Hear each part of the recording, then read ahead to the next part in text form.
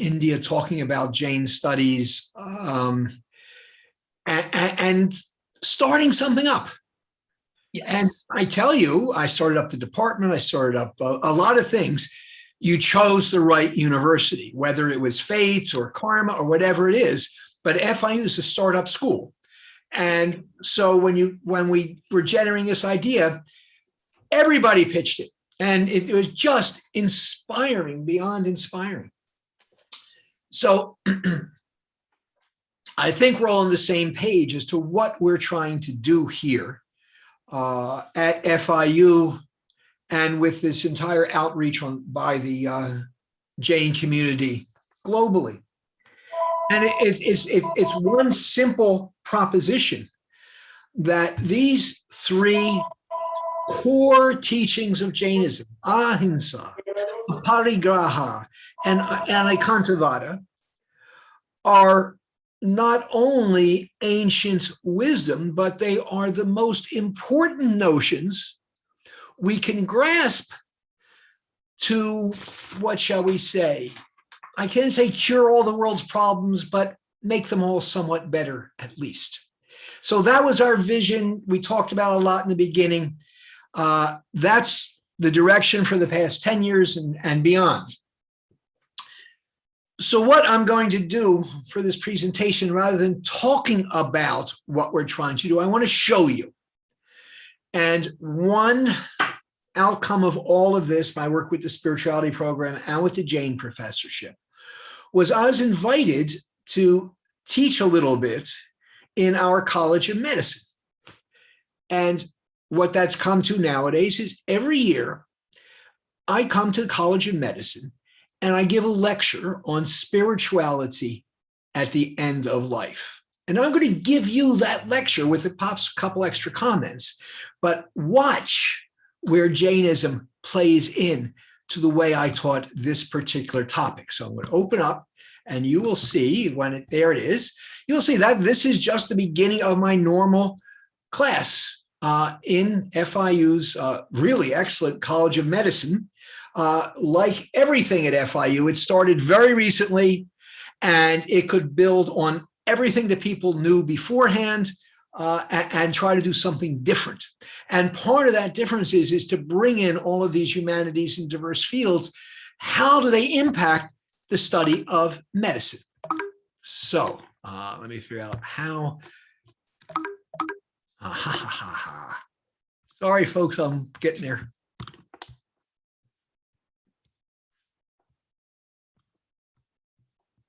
I'm sorry, I'm having trouble getting my, oh, there we go. Good, good, good. Okay, so I start like this. A recent study by the Pew Foundation said that of the entire population of the United States, about 1/4 describe themselves as spiritual but not religious. You've heard that. So I want to look at, what do these words mean? Or more important, what do they mean when they say that? A, and B, how does this affect end-of-life care? So this was just mentioned in the last lecture. Health outcomes are better for patients who describe themselves, get this, either spiritual or religious, than patients who don't use either word to describe themselves. And I want to get to why that's the case.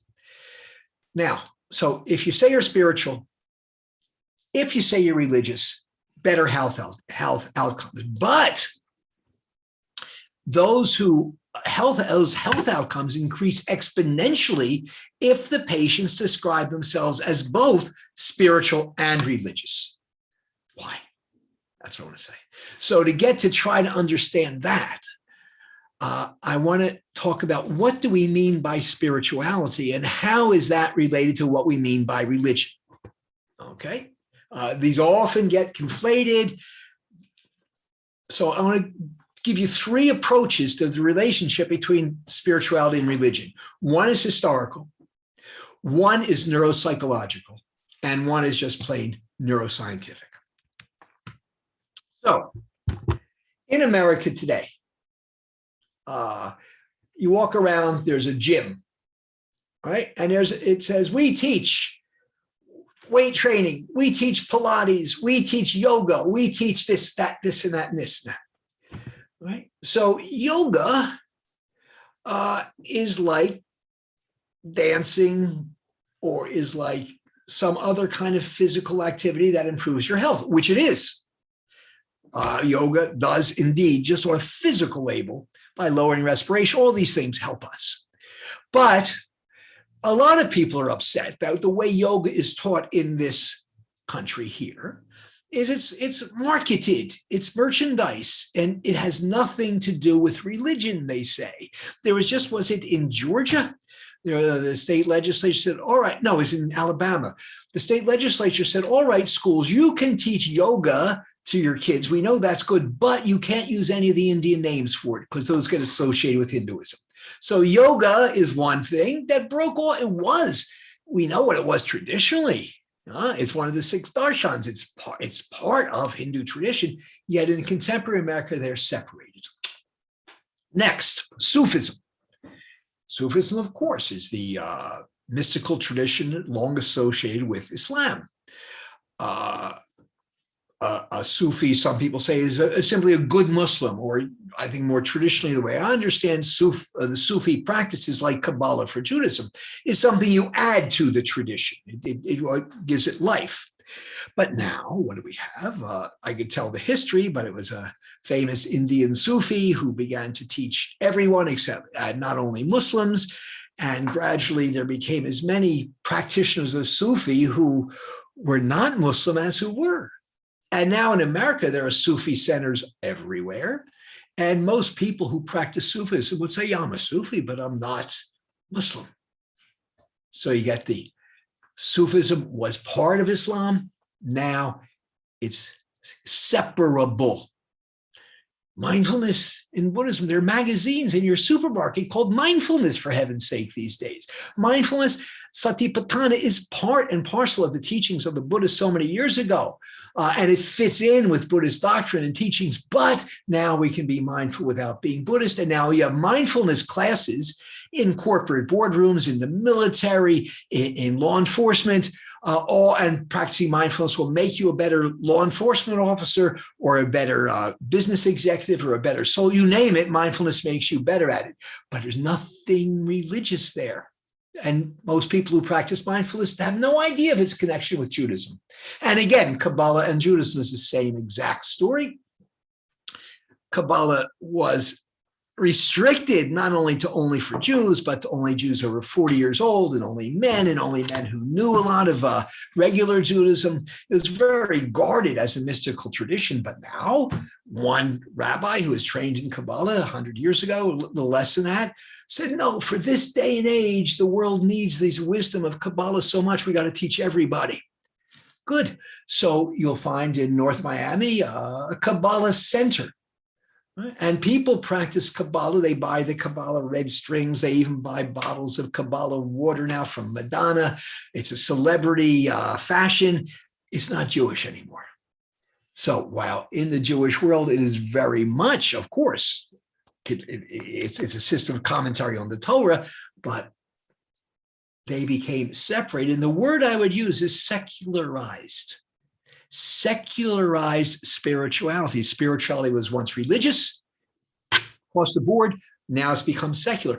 Now, Sigmund Freud wrote a great article, and he talks about himself in his own self-aggrandizing way. And he said, we used to think the center of the earth was the center of the universe was the earth, but thanks to Galileo, we know it's not a heliocentric universe anymore. It's not the sun in the center, but there may not even be a center, but we're not it.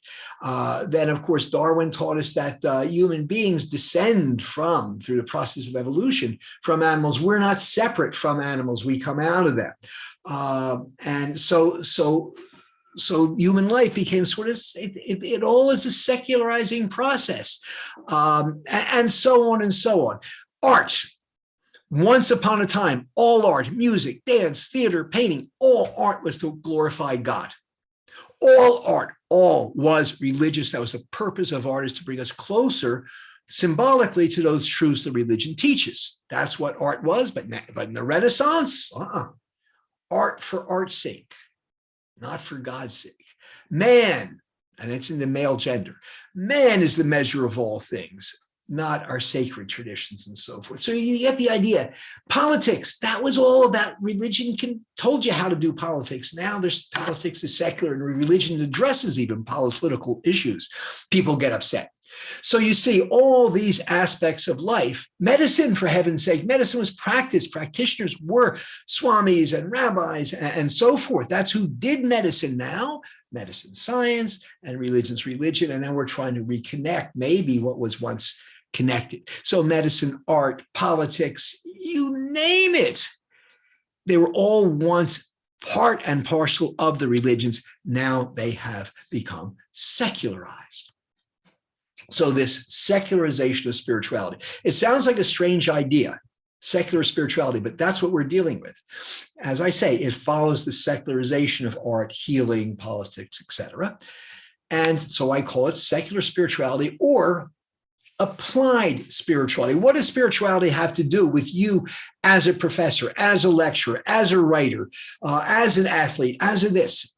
How do you apply somehow spirituality to what we do? So a psychologist named Robert Cloninger, very good. And he was especially known as a psychologist dealing with addiction disorders. And you know, if you want to get funding from the National Institute of Health in a medical research project, put the word addiction in there and they'll fund it. You know, that's the bane in our society. So Cloninger, all right, he got this grant to study addiction, some aspects, but his real interest was really about spirituality. So what he did, he used a questionnaire type of approach to study addiction. And in that questionnaire, he snuck in a half a dozen or 10 questions dealing with spirituality. And he wrote his reports on addiction, but then he used what he gathered about spirituality to see what the spiritual people who describe themselves as spiritual, what are they reporting? What are they experiencing? And he found 3 factors, 3 components of spirituality. And this is like, there is no, as far as I'm concerned, useful definition, but there's this characterization with 3 parts. The first is self-forgetfulness. And here's my hero, Dwayne Wade. Some of you Miami folks remember him. Athletes. I love NBA basketball since I was a kid. So, you know, you watch these players, they are what they call in the zone, which is good a description as the state of mind as I can get. I'd often ask my students, think of the greatest moments in your life. Just picture them. Then I say, now think about what made them great. They get confused. I say, where were you when this happened? Where was your mind? I wasn't thinking of myself is almost always the answer. I was just caught up in the moment when I did it. That's what we're trying to get to. That's being in the zone. That's losing oneself in the moment. And that, as much as anything else, is at the heart of spirituality today. Another that Cloninger found is what he calls transpersonal identification. And this, it's a sense of connectedness, a deep emotional attachment with all, whether it's all things we see or the whole. It's being a part of something rather than something separate from everything else. What am I? I'm part of the universe. I'm part of the mind of God. I'm not just this guy you're seeing right now.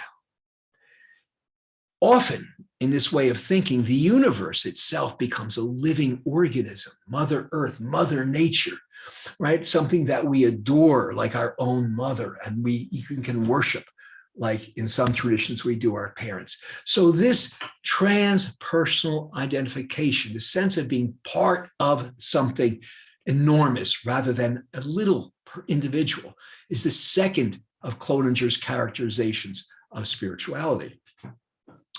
And the third is what Cloninger calls mysticism. I'm not happy with that. I don't, because mysticism is something else to me. But he says there's this sense of the mysterious, that a sixth sense, what used to be called Spiritism and that word often gets confused with spirituality. Spiritism means talking to spirits. You see the picture there of the seance. These were wildly popular in the Western world 100 years ago and still go on. Nowadays, it's more often called channeling. Someone gets in touch with some spirit or something and speaks, that speaks through them. It's oracles are like that. That's just one example, but that's part of what might be spiritual. Another thing that I think is commonly there is synchronicity, a notion put out by Carl Jung that said this happens and that happens, and it's meaningful that they both happen at the same or close time. In the sense, there's meaning in this event and this event coming synchronic at the same time. It's not a causal relationship. Jung's very important about that, but nevertheless, a very meaningful relation. The sense that nothing happens by accident. Everything is planned. That kind of sense. That's part of this new spirituality. And a reliance on intuition more than logical thought in many factors. I know like that more than I know A, B, C, D. There's different modes of knowing. So, Cloninger. Self-transcendence being in a zone, transpersonal identification being part of the whole, and mysticism believing in or experiences with these kind of unusual experiences. That's what he means by spirituality, best I've heard. Second, neuroscience. Now, I know many of people listening to me know more about this than I do, especially when I'm teaching in the med school. I know I'm a rank amateur, but different basic idea, different parts of the brain do different things. We were hearing earlier this morning about the human, the animal, and the reptilian brain. And you get ideas like that in many societies. My brain controls my respiration, but it also, that's how I write my books. So it's from reptilian functions to fully human higher order functions. All that's somewhere in here. Now, where? Now, it turns out that you can wire somebody up, great brain science technology, and see where the activity is in one or another part of this brain. And when we do that, we can tell where you're being spiritual from looking at your brain, or where you're being analytical from which part of your brain. Frontal lobe is more logical. So we can look at the brain and see different parts functioning at different times. And we see when people are meditating, there's been a ton of work done on Buddhist, Jain, and Hindu meditators checking their mind. They all fire in the same place in their brain. And when they're doing something by routine, it's another part of their brain. And when they're doing language, it's another part. Spatial relationships, sense of health. We can locate all those mental phenomena in the physical brain now, which is amazing. So in a book, cleverly, but not accurately called The God Gene by Dean Hamner, he's looking at some of this neuroscience, and he's saying, first, the sense of self is central to spirituality.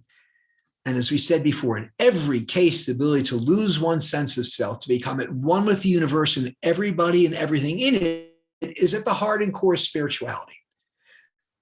So we can map this, and we can tell by looking when someone's having a spiritual experience, as distinct from when one is performing religious rituals and duties.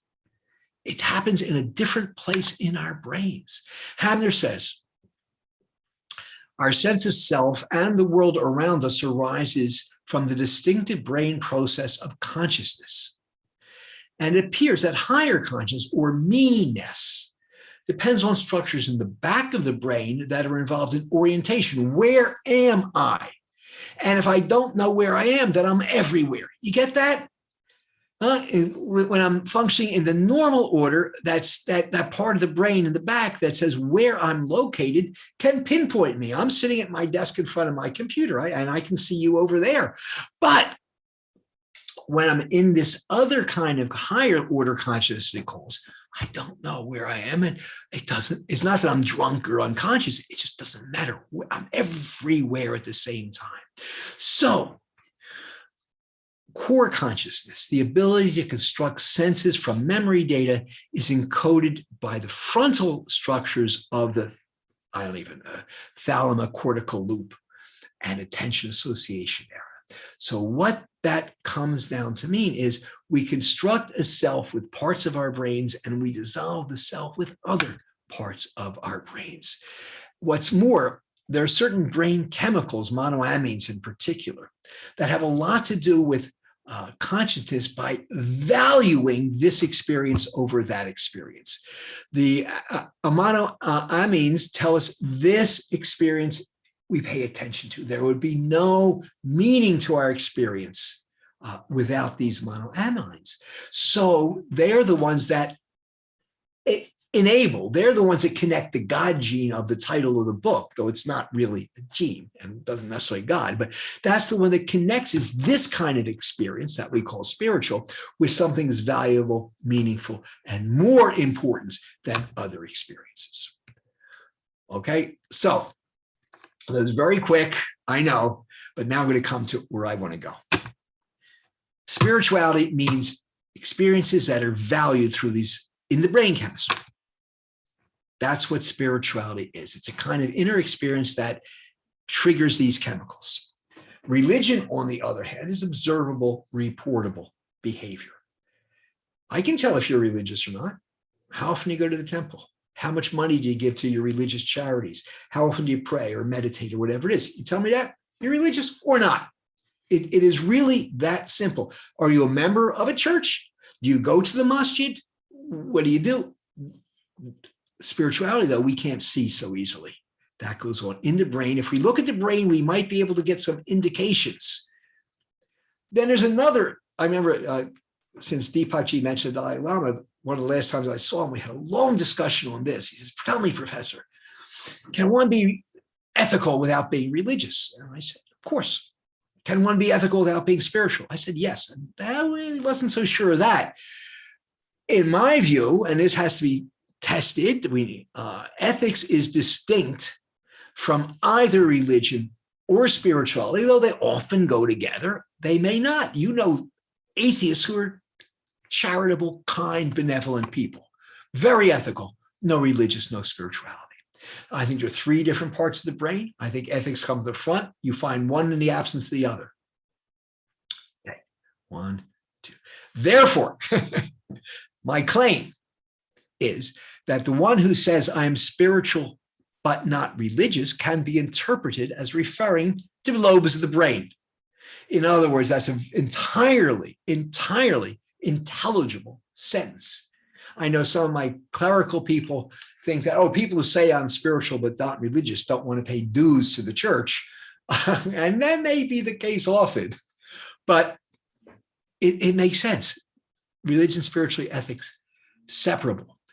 And again, I think ethics is a third distinct brain function. All right.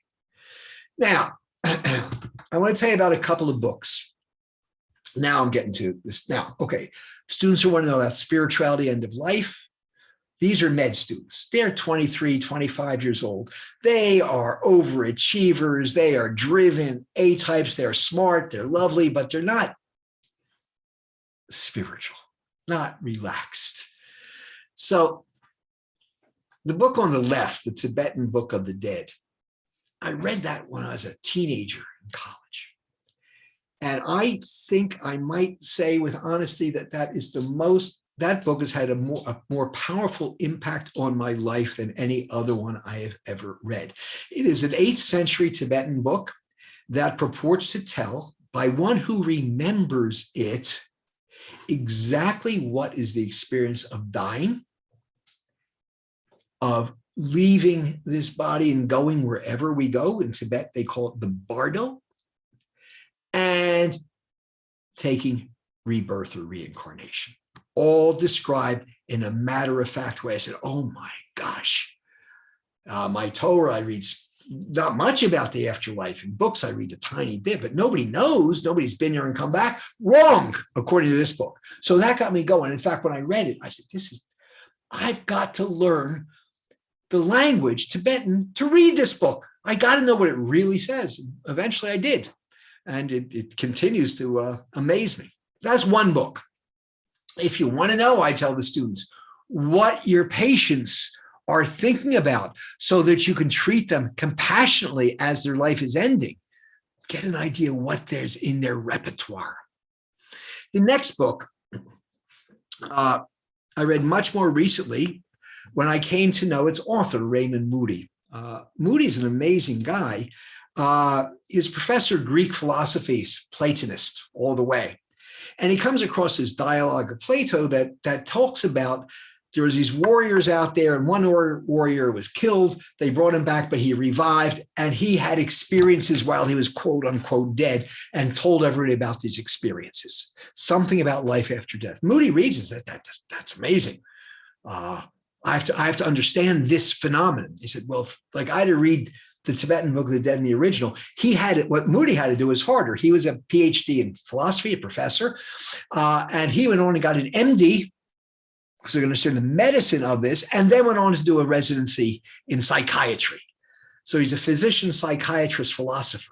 And you need all that to do the work he did, where he interviewed people all over the world who had these, he came up with the term, you know the term, it's Moody's near-death experience.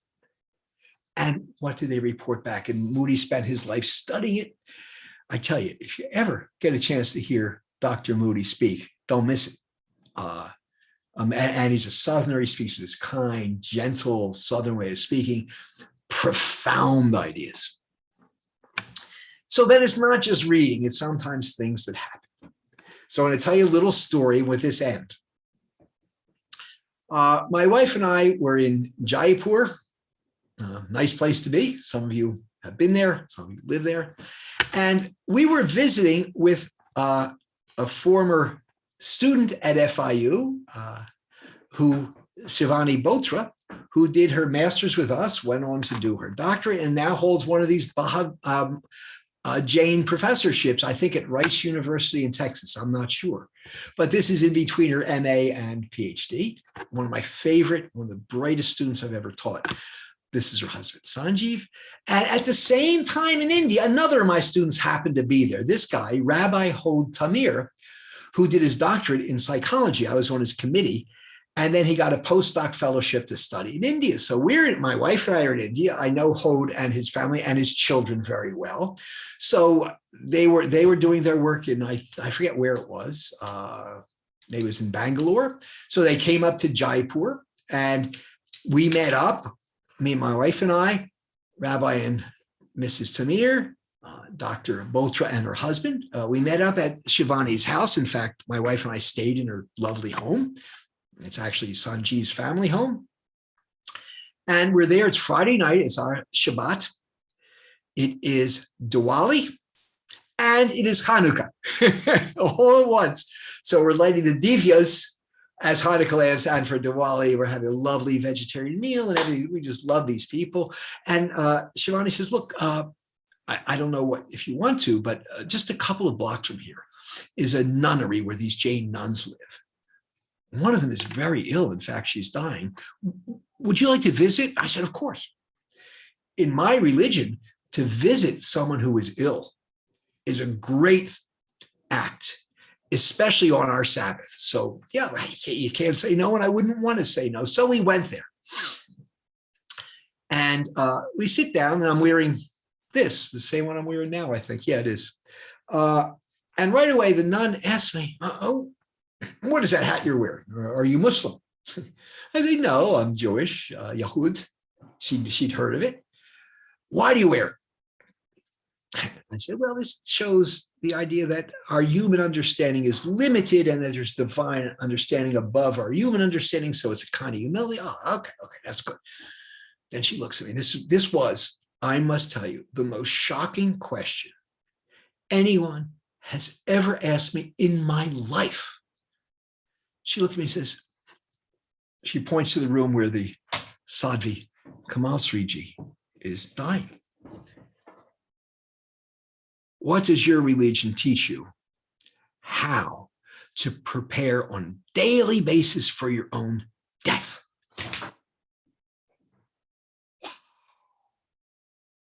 Now, wow, we're now, all pretense, all superficiality is gone. Now we're talking about it.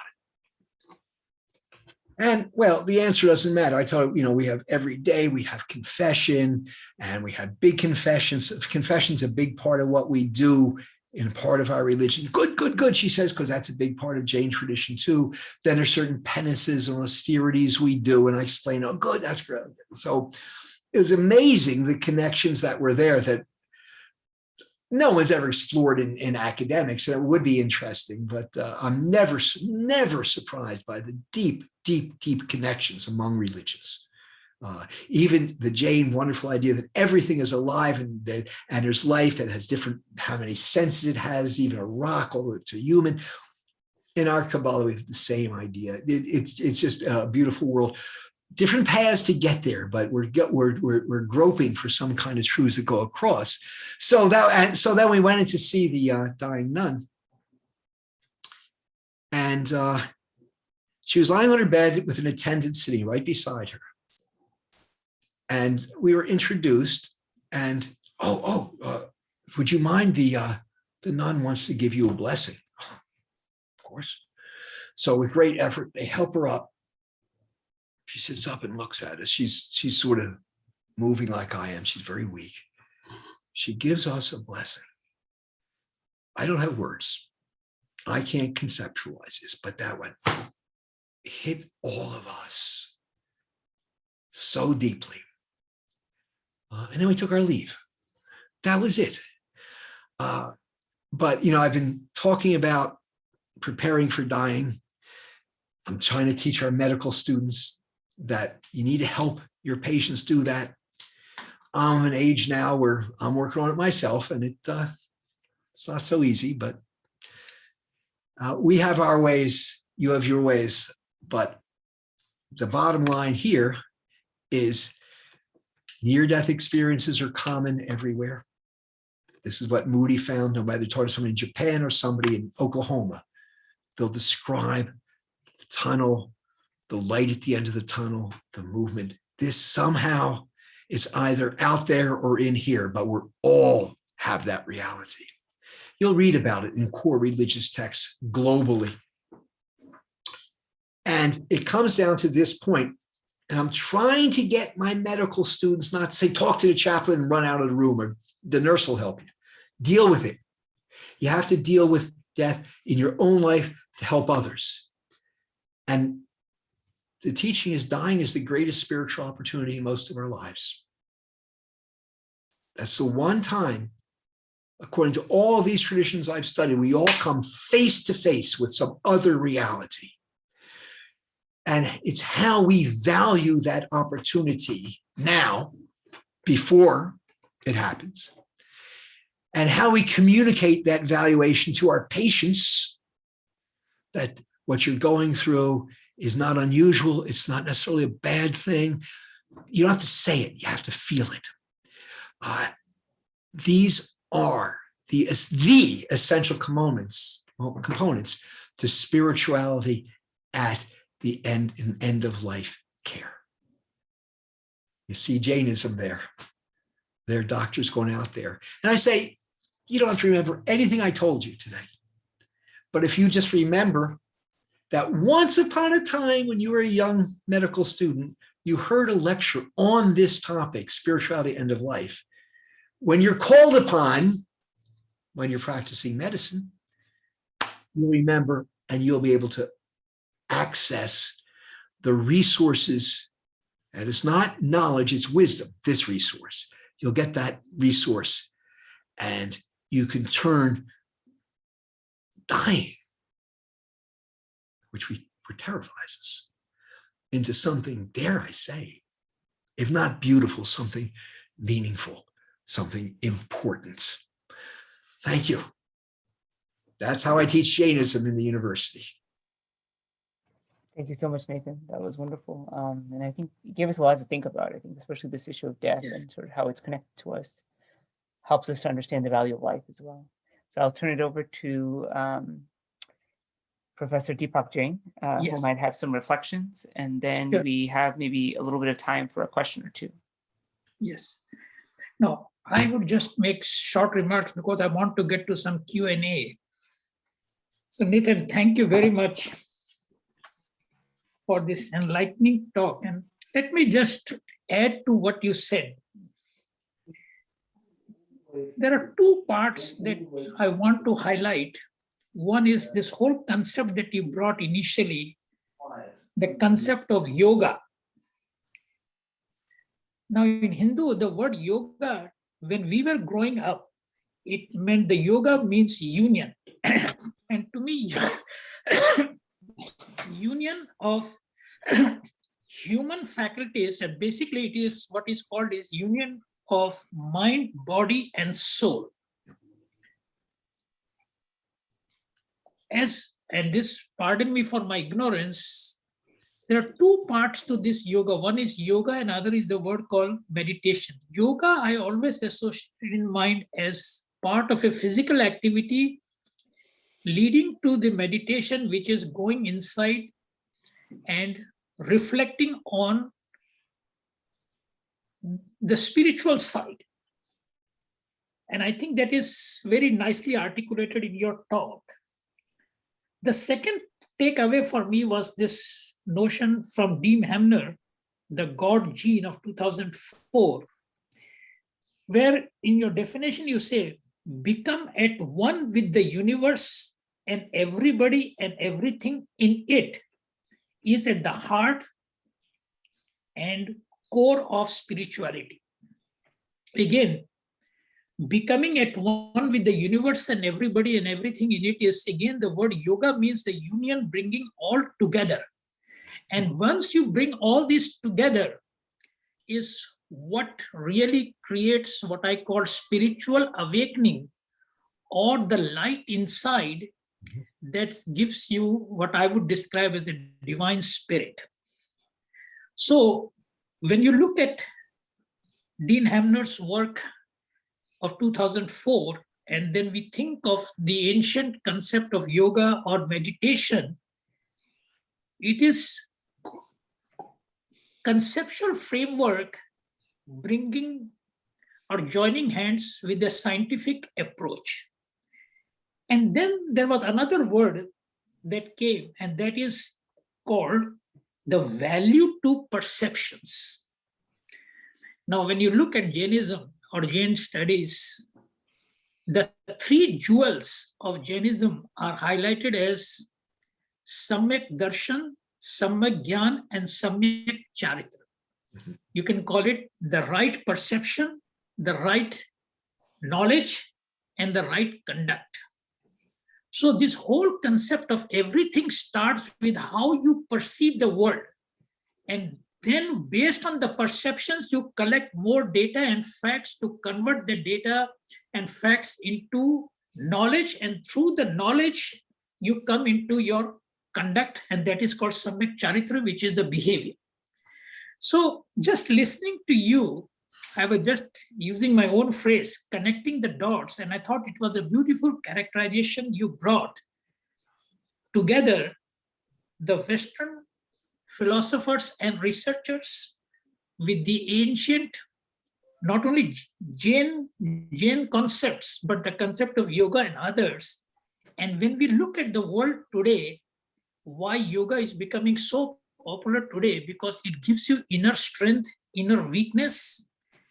And you highlighted this concept of when you bring the basketball player or you bring this concept of mysticism, to me, this synchronicity is again what we talk about wireless technology today.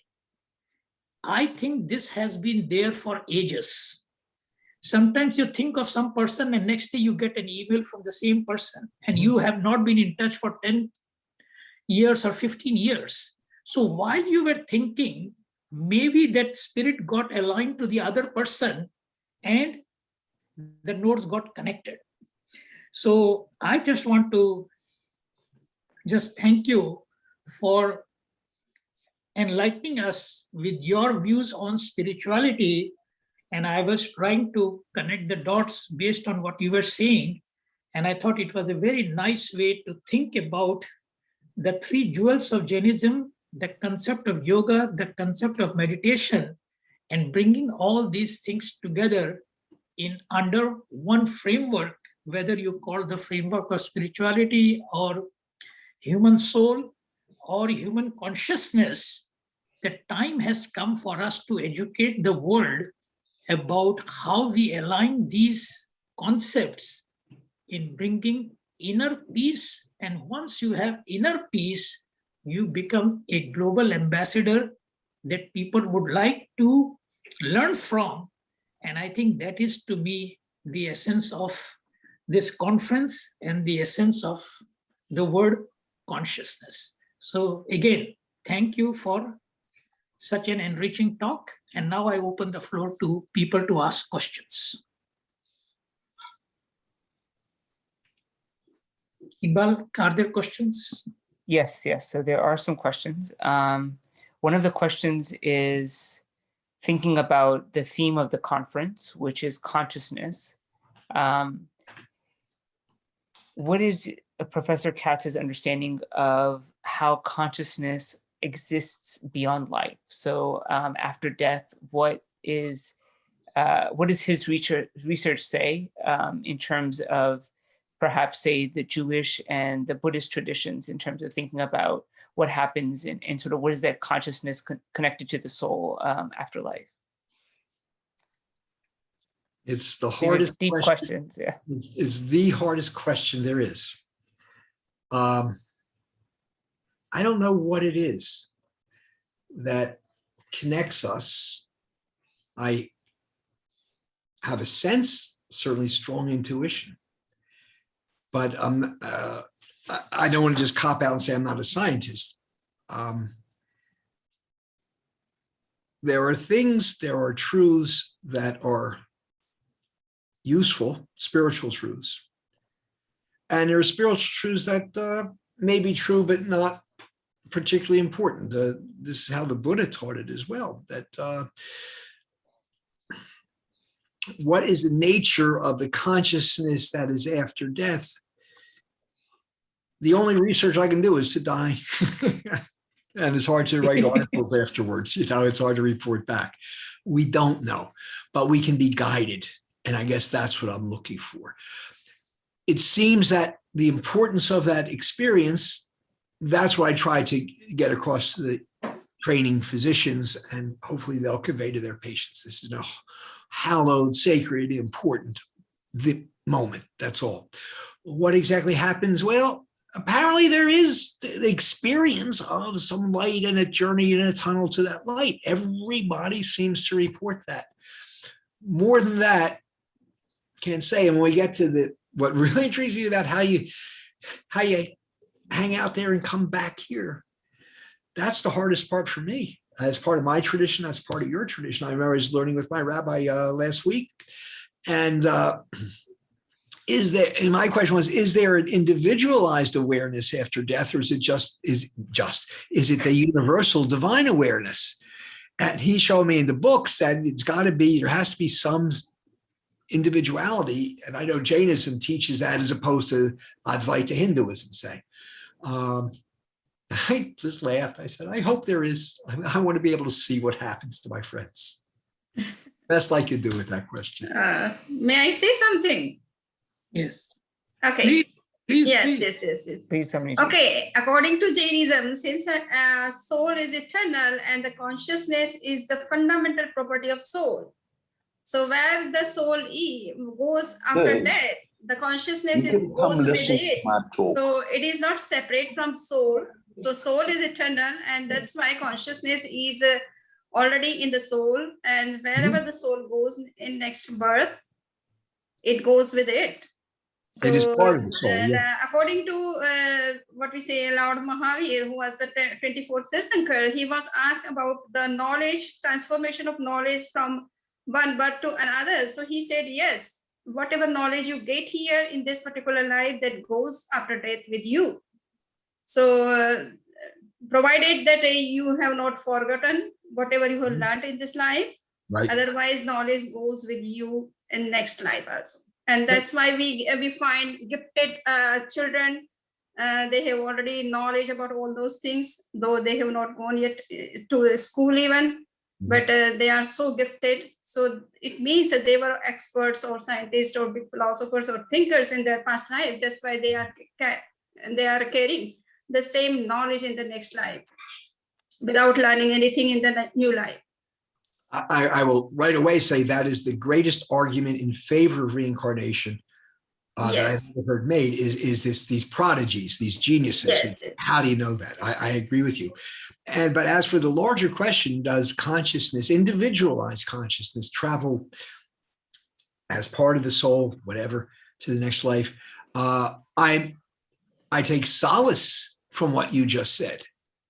That touches my heart and addresses my yearnings. Okay. We'll see. We'll see. Thank Do you. you have any concluding thoughts, Professor Katz? Any concluding thoughts before we move to the next section? My concluding thought is one of profound and pervasive gratitude to you for putting me in this position to help you start up the program.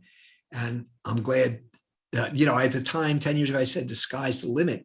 And now I told Deepak yesterday, I was underestimating you all. The sky, no limit. It is the very starting point, and now we're going. So I just want to assure you how much it has meant to me personally in terms of my own understanding, not of Jainism or of it, but of life. And when I teach, I try to say, this is what Jains believe, this is what Buddhists believe, this is what he believes. But they're not talking about Jainism, they're talking about what is real. They're not talking about Buddhism, they're talking about what is real. And so what is real, that can't just be a function of a belief system, I hope. So there's something there. And that's what I try to teach the students. And Absolutely. Thank you. Thank you, Professor Katz. For all of it was an honor to have you. Thank you. First, Bhagwan Mahavir Chair at FIU. Thank you. And the founding member. Thank you, sir. All right. So I will turn it off now. I'll turn it to Professor Deepak Jain, who will be introducing our final speaker. I think it would be today. Professor Narendra Bhandari, not me. Okay. All right. Professor Bhandari, would you like to introduce Professor Vernon Nepa, who will be our final speaker for the day?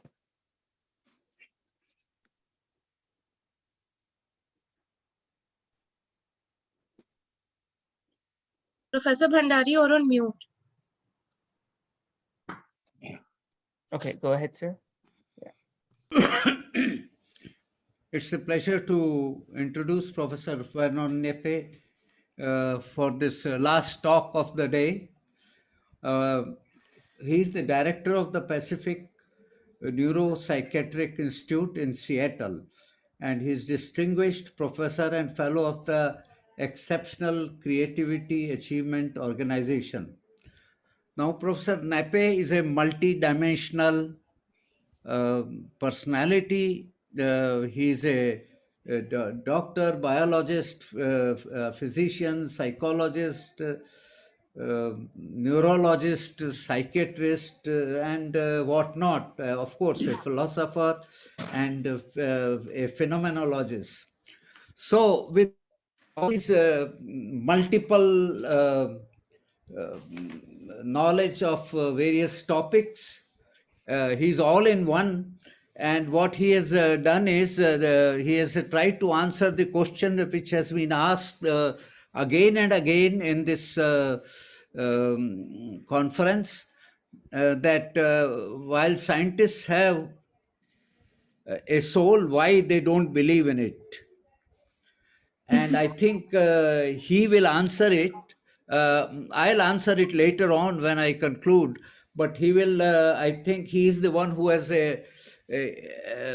introduced consciousness and soul into science, and gave us, instead of a four-dimensional physical space-time, which we are familiar with because of Minkowski and Einstein, he has given a nine-dimensional, three for space, three for time, and three for consciousness.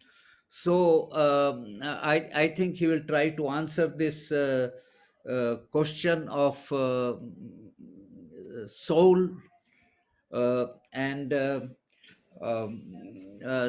the model which he is going to introduce is the TDVP model, uh, and this not only unifies spirituality with science, but also nature, spirituality, and science. So, Professor Vernon Nappe, please. We welcome you, Professor Neppe.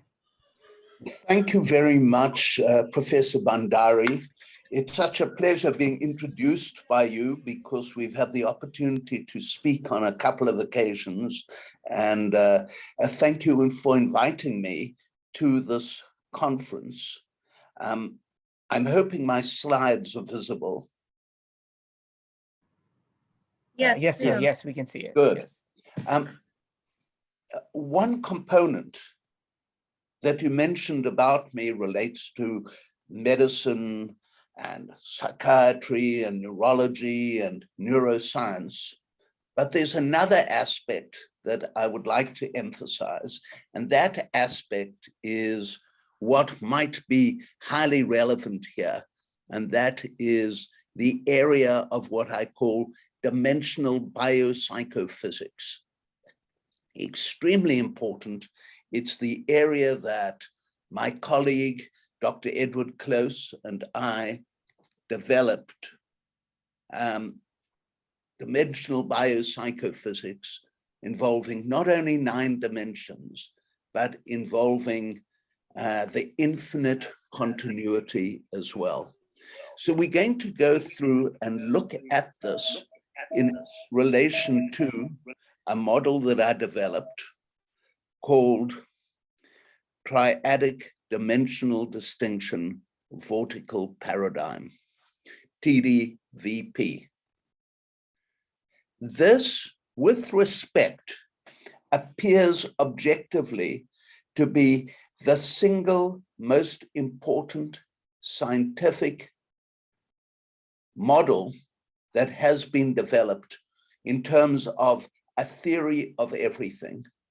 And it not only works scientifically, but it works philosophically and spiritually as well.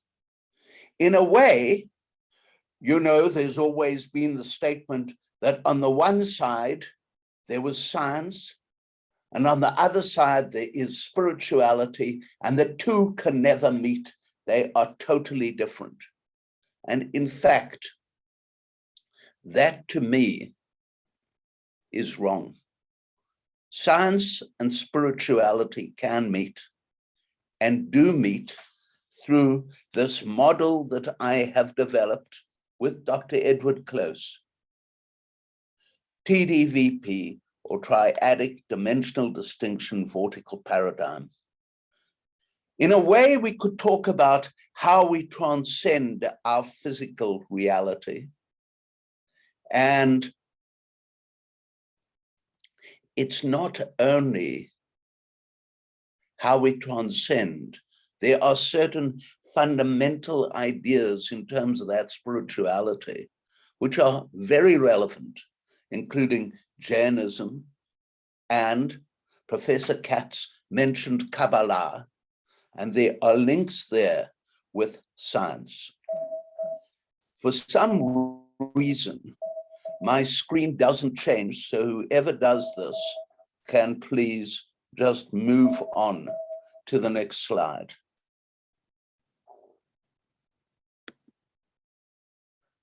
Forward. Now it's moving. Thank you. So we could say that the Nepe-Close triadic dimensional distinction vortical paradigm unifies nature, spirituality, and science. And the theme, consciousness in modern science and philosophy, is a very, very important one, because this is exactly what is happening here.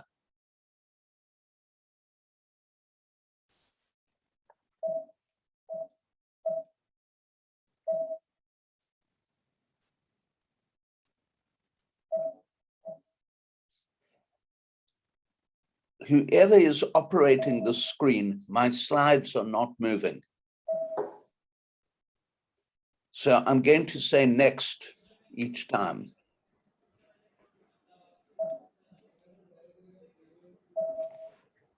Next, please.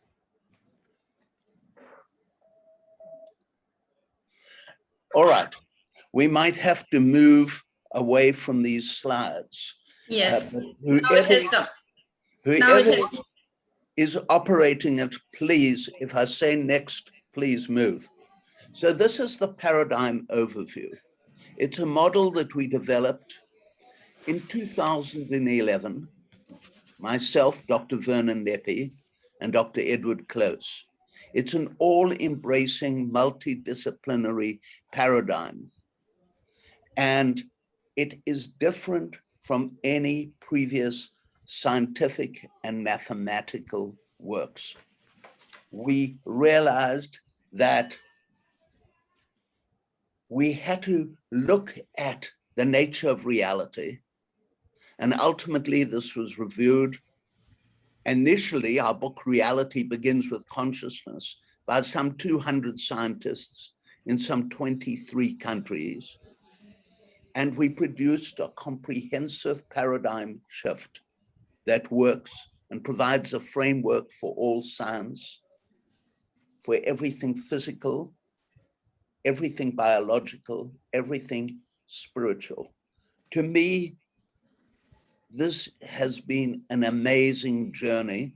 And I want to just say that it's not just the journey of Dr. Vernon Nepi and Dr. Edward Close. We really feel that there have been times when there's been certain insights, some awarenesses, and Dr. Close and I will sometimes come up with the same ideas at the same time, sometimes during sleep.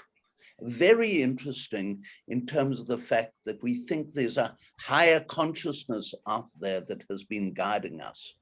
So what is this TDVP?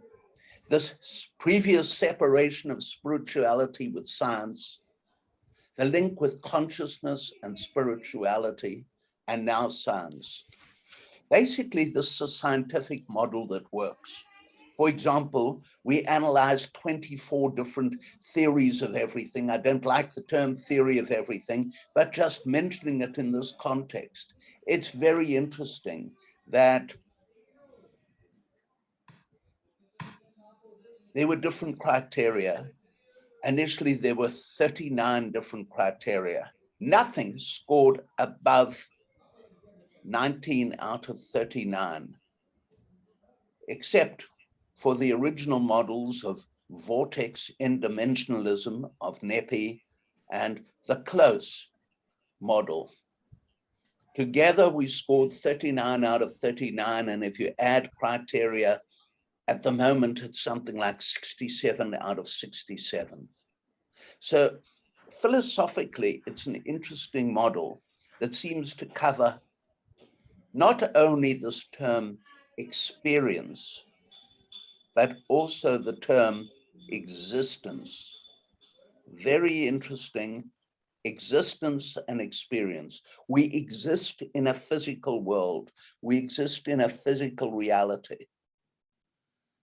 We experience only a tiny, tiny portion, our little portion of space, 3 dimensions in a quantum time.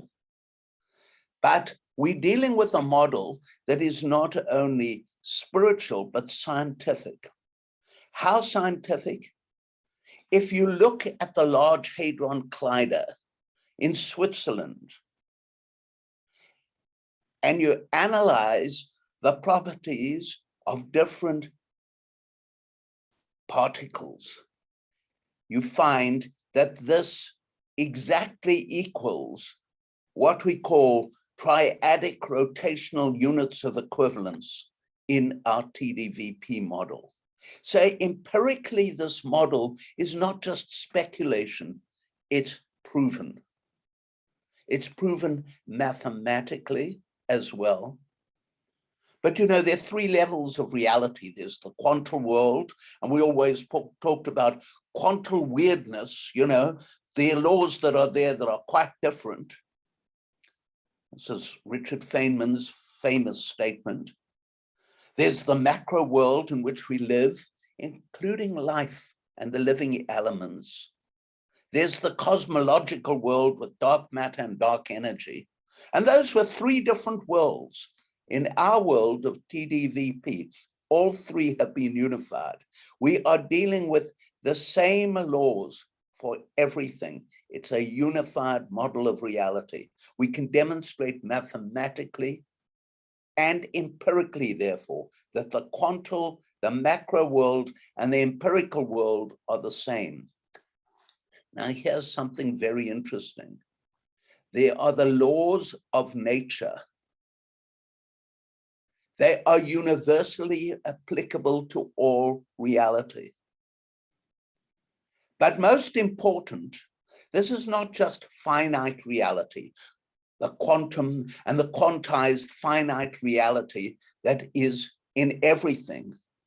We are also talking about the infinite existence. Now, you might say, well, are there such things as the miracles? Is there such a thing as the supernatural? We don't think so, because the laws of nature are so comprehensive that they involve what we would label in our physical reality as supernatural or miraculous. They could be regarded as meaningful coincidences. But within TDVP, within this infinite continuity, we have impacts and influences. In other words, some people call this prayer.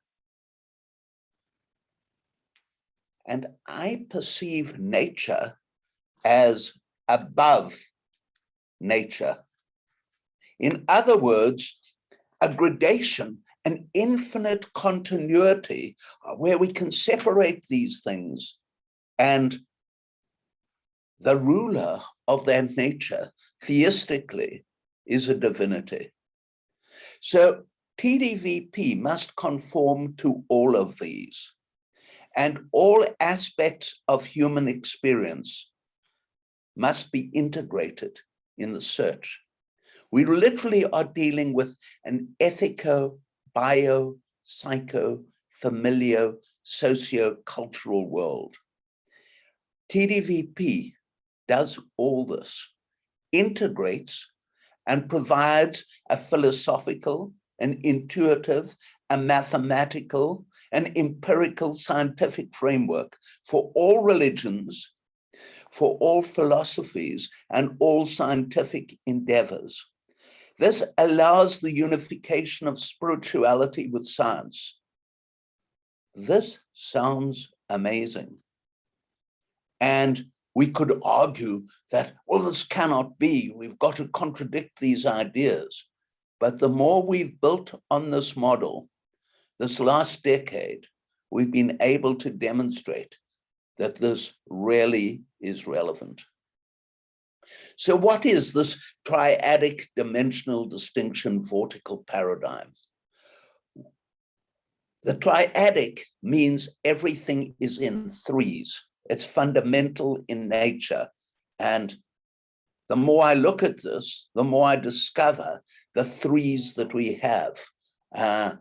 For example, at the quantum level, we have quarks.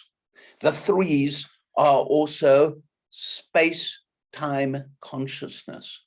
They all are tethered together. Extremely important concept. There was reference to Minkowski, Professor Bandari mentioned, and he can look at one thing, and now we can say, not only is there space and time that are unified, space, time, and consciousness are all tethered together as dimensions. And that is the D of the dimensional TDVP. It refers to measurable quantities. You've got to be able to measure, but you don't only measure physically in space. And we think there are 3 dimensions of space. We don't only mention the one measure of time, which is linear, past, present, future. That's 3S1T. We have extra dimensions. And we've proposed that there are 3 dimensions of space, yes, 3 of time, and 3 of consciousness. We can't prove the 3 of time and the 3 of consciousness. We can prove that there are 9 finite quantized dimensions. This is done mathematically.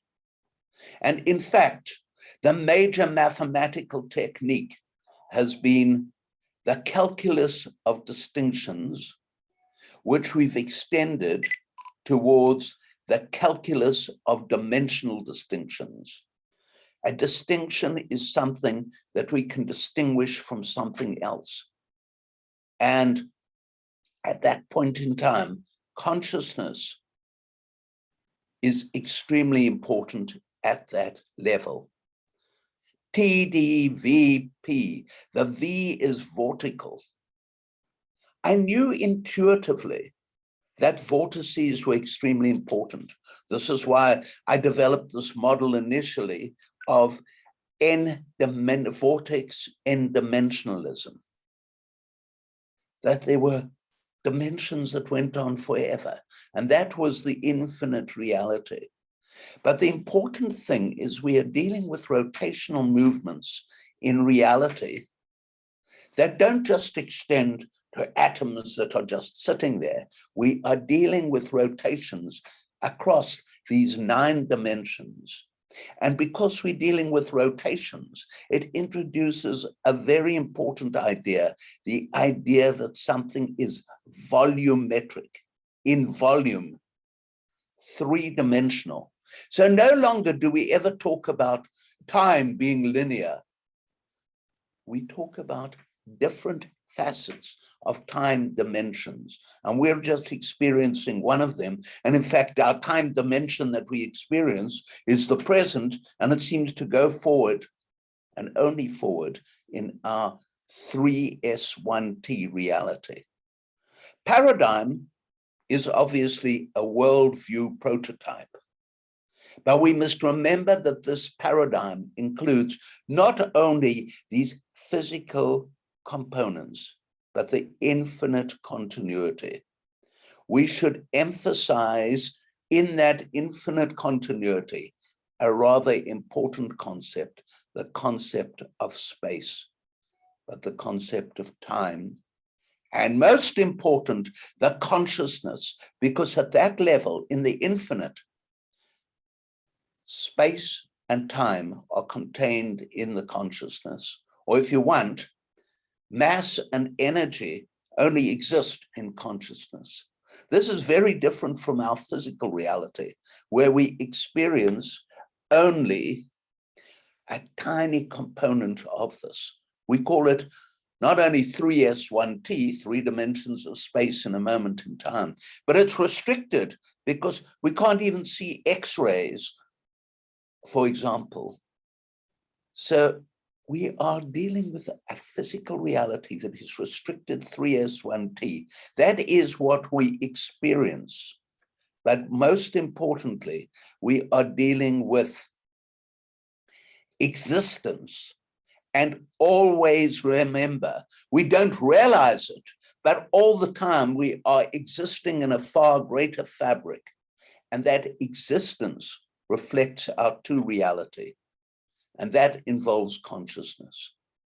So let's look at this TDVP maybe as the first major scientific paradigm of the 21st century. Why do I say such a radical statement? Well, first of all, empirically, it's proven, it's real. And at the quantum level, when we look at it, we can talk about normalization, which is a mathematical technique, but is necessary because everything is quantized. You don't have half a quantum or half an atom. You have a whole atom.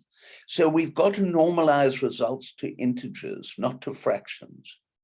And we use a measurement called true units or triadic rotational units of equivalence.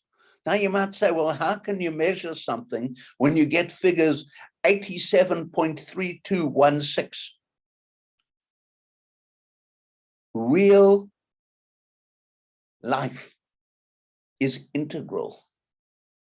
And we discovered that there had to be a third component, and we call this third component Gimel. And this Gimel has a mathematical component as well, because everything can be converted to integers. And when we convert everything, we normalize to integers, even in the CERN Large Hadron Collider. CERN is the French for Council, the European Council for Nuclear Research. The results are astonishing. Now think about it, they've spent billions upon billions calculating out these different masses. So for example, ultimately when we normalize the proton in CERN, it works out at 1836. The neutron at 1839. And because the electron is the standard, it's 1. Guess what? In TDVP, using these same true unit calculations, the proton works out at 1836, the neutron at 1839, the electron at 1. This is empirically true, and mathematically, we can use measures pertaining to these. And so, for example, if we take our ordinary life, there are elements of life. The fundamental elements of life can actually spell out chosen: carbon, hydrogen, oxygen, sulfur, leave out the E, nitrogen. Also magnesium, calcium, and we think we've hypothesized silicone, and there is data that is developing relating to silicone in marine life, and also maybe there's even some feedback pertaining to extraterrestrial components, but that's very complex. But silicone, we hypothesized, is an element of life because it fits this fabric of being a multiple of 108 cubed. They all are, as well as 2 of the elements, neon and helium. Now, in relation to this, it's remarkable proof of our macro world, of our real world, and of our life elements. And in fact, this is something that is remarkable. You might say, but what about dark matter and dark energy? Does this fit? Amazingly, it not only fits, but when we correlate this Gimel, this third substance, if you want, with our true units, and we look at it cosmologically, and this is mainly hydrogen, a little bit of helium, and some other elements as well. And we correlate these, and we look at the figures for dark matter and dark energy in the whole cosmos. The correlation is so strong between the two.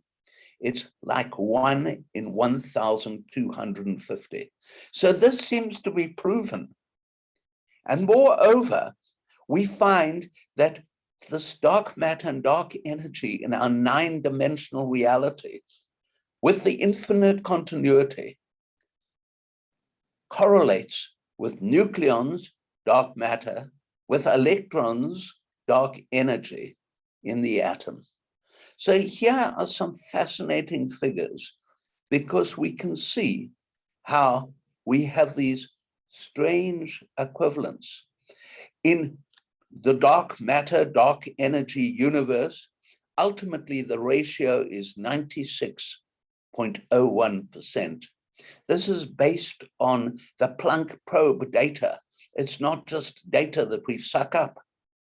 When we look at this linked up with Gimel and what we're calling Dalet, which we think is Gimel, but we can't prove it because Gimel always, with all other elements, works across ways, but hydrogen does not have a neutron. And so it's got far, far more Gimel, but some would say, how do you know it's Gimel? So we call that Dalet.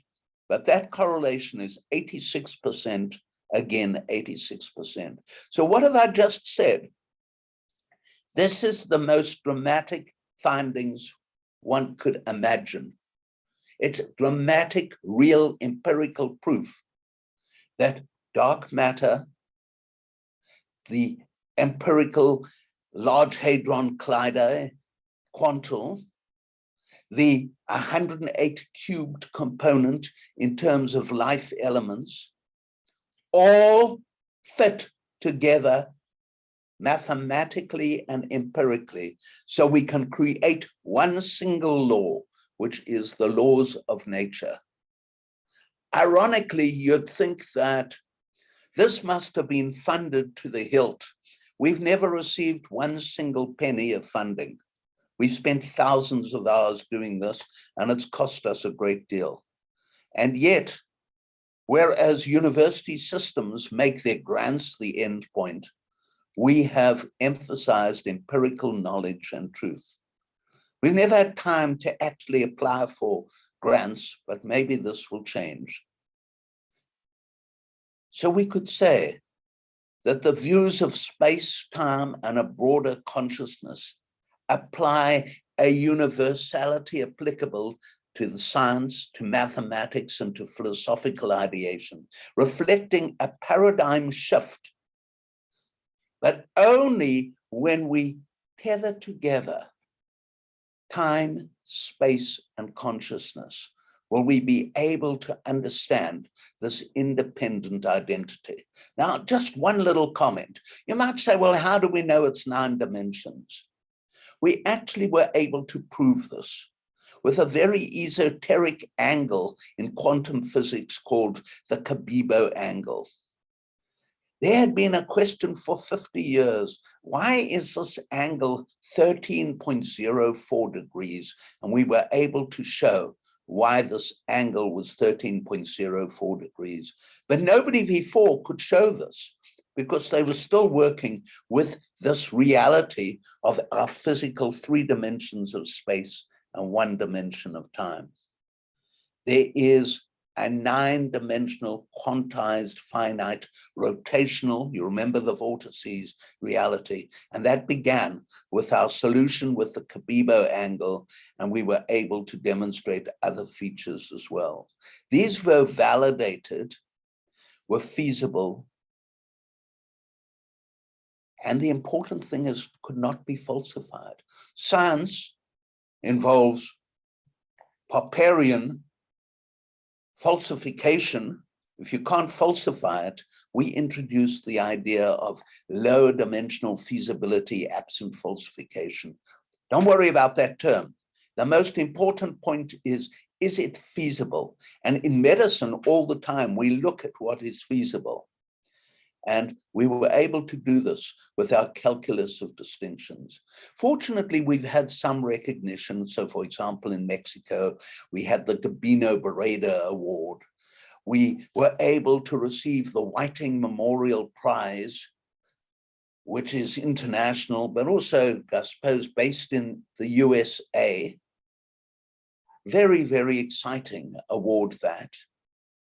And then in 2000, I and Dr. Close were the keynote speakers at the first Ars Moriendi Academia.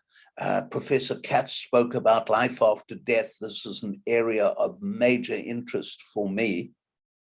And we received the special international recognition from them for the worldwide achievement of recognizing this model of reality. So it's been an exciting study. This is Dr. Close's fundamental book, Transcendental Physics, from which his original model comes. And this is our combined thing. Reality begins with consciousness. Now, here's an interesting one.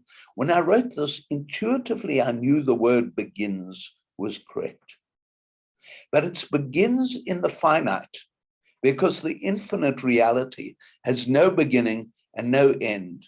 And there is a mystical Kabbalic component that is very interesting that links this up.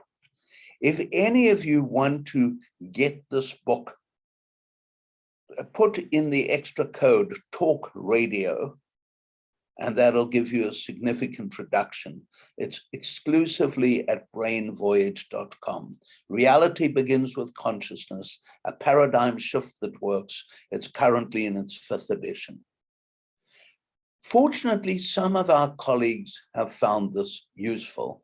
A classic in the literature on shifting paradigm worldviews, resoundingly ends the corrosive skeptic debate. The Book of Books, a monumental work forcing obsolete preconceptions to crumble, and the 21st century's revolutionary paradigm, and the authoritative work in consciousness studies. If consciousness shapes your reality, then you may well adjust your own after reading this book. Remember the iceberg. Here is our physical reality. It's above, we can see it. But way, way below, going onwards, is this latent reality making up not only our experience, but all of existence. So in TDVP, we have the infinite continuity, which embeds the finite discrete. And I love mnemonics, and here's a mnemonic in Dutch. It fills the natural law for all reality. Dimensions interface by distinction. We unify the finite and the infinite, and it produces a philosophical model called unified monism. Consciousness we conceive far more broadly. Space, time, and consciousness are linked up. Those are the dimensions, but mass and energy and Gimel are also linked up. Gimel, we think, is some form of consciousness. And we can move across from the subjective to the objective. Now, this has been a jigsaw puzzle. We've had to put together what is feasible. Now, you might say, well, where did all this come from? What does this all mean? Well, here is the life cycle of a butterfly and a chrysalis. You remember they're different stages. We go through the chrysalis to the caterpillar to the butterfly. We've got our 3S1T, our 4 dimensions. Maybe that's the chrysalis in our current life.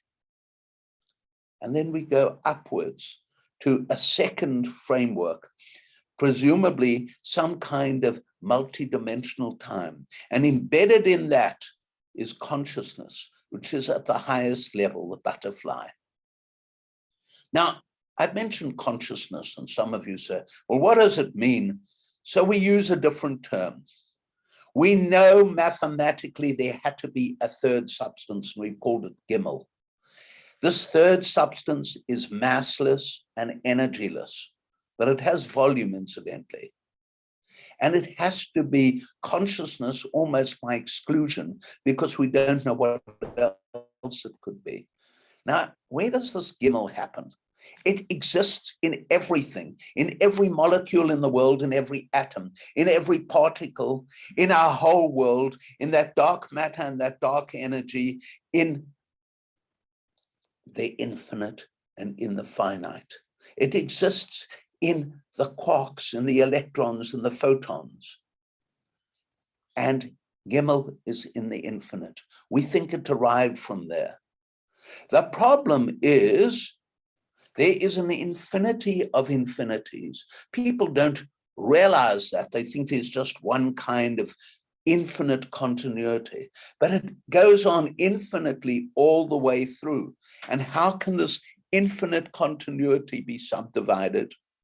We can just experience our finite reality, our small amounts in that finite reality. And that infinite continuity cannot be seen unless you're right there. And you have to be a divinity to be right there. So I use the parallel of the mirror. And we can just see what is mirrored within our physical reality, or maybe within our 9 dimensions, and parts of those 9 dimensions might be higher dimensions, and they might occur before and after physical death. It doesn't mean to say that if you're dead, you know everything. You're not omnipotent or omniscient or omnibenevolent or omnipresent. You just are one portion of this divided infinite continuity. And you can see the little jug and the reflection of your jug. So TDVP is a meta paradigm. I don't like the word theory of everything because it means it's everything. Meta paradigm is probably a better term. We know that our current scientific model has failed, that this failure requires developing a new model. It doesn't mean to say we're giving up our physical reality. We're not at all. That's just a component of it all. TDVP requires using an extension of scientific thinking. In other words, we've got to look at what is feasible and not falsified. And that's why this idea of LFAF came about. TDVP is a multidimensional model. It's a cosmological model. It's been validated through mathematics and empirically. And it actually leads to the only philosophical model that derives from science. We call it unified monism. Now, this is the most relevant component for us here. We can approach everything in an ethico, spiritual, biopsycho, familial, socio-ethnico, cultural way. Now, this is a big word. I can extend it to others and even say physico, astronomico, all of these others. There are 32 of these combined terms. But the most important thing is we can extend this spiritualism and spiritually. And Jainism fits this, and so does Kabbalah as examples. So we have TDVP, triadic distinctional dimension vortical paradigm. We have the motions, we have the movements across 9 dimensions, but flying elsewhere to the infinite continuity. We have the submerged iceberg. It's interesting, this term Gimel. I developed it intuitively. And it stands, as I see it, for God matrix in a way, because it makes the laws of nature divine in any kind of mystical and spiritual way. I mentioned time, and I mentioned the fact that we experience linear time only forward, when there's probably multidimensional time. I mentioned components pertaining to this, and everything is a volume. Nothing is individual. So if you talk about time and one dimension of time going forward, this is wrong.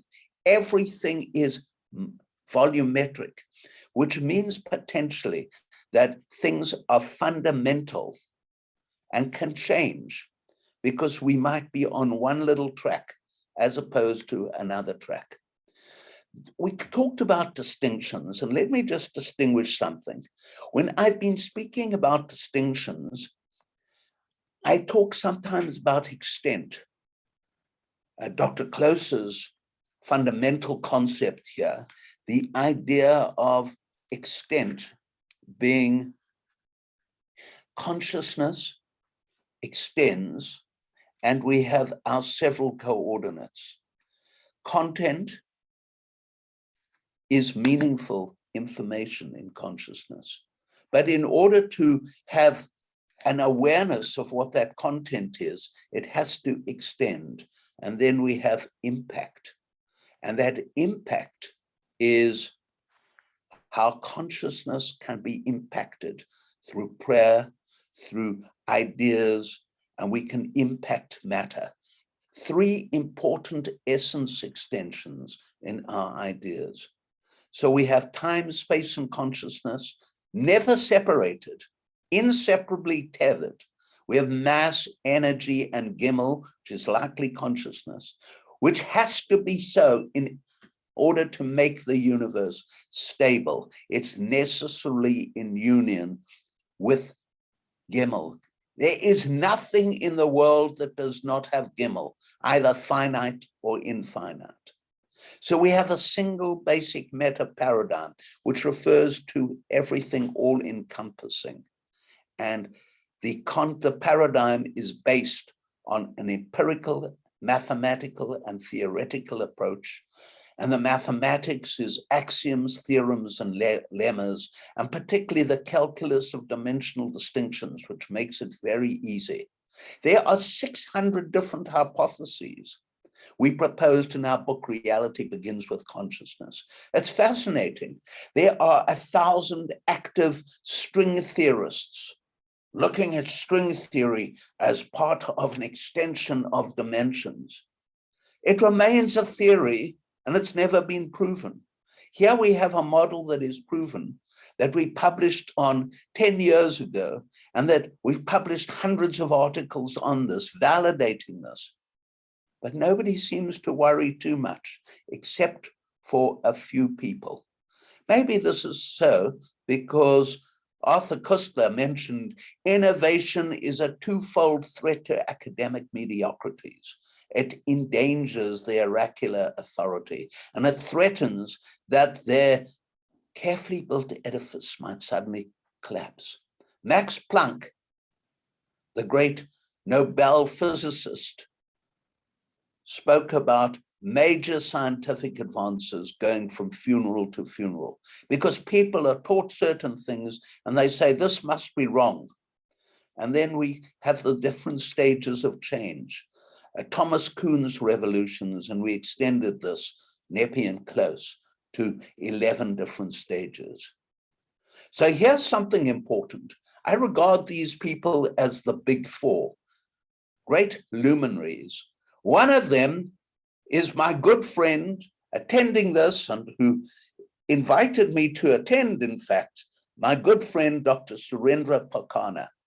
And he realized that you have to talk about the 4D science, which is our 3S1T physical science, and the 9D science, which is our 9-dimensional component. And we talk about 9D plus.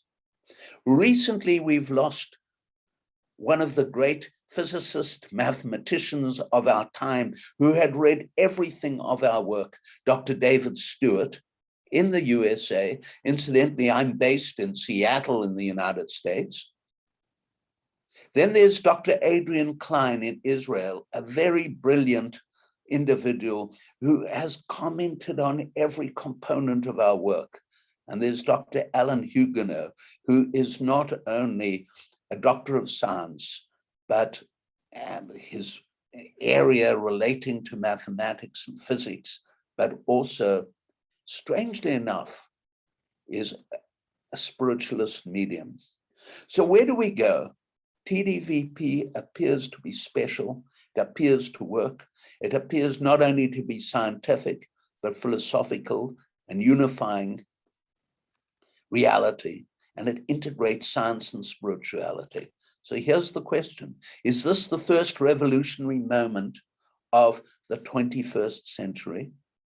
So here we have our hidden dimensions. And as we go higher and higher, we have our consciousness and our restricted experience, and how when we go to the highest kinds of levels, space and time are integrated, are tethered, are contained in consciousness in terms of those higher dimensions.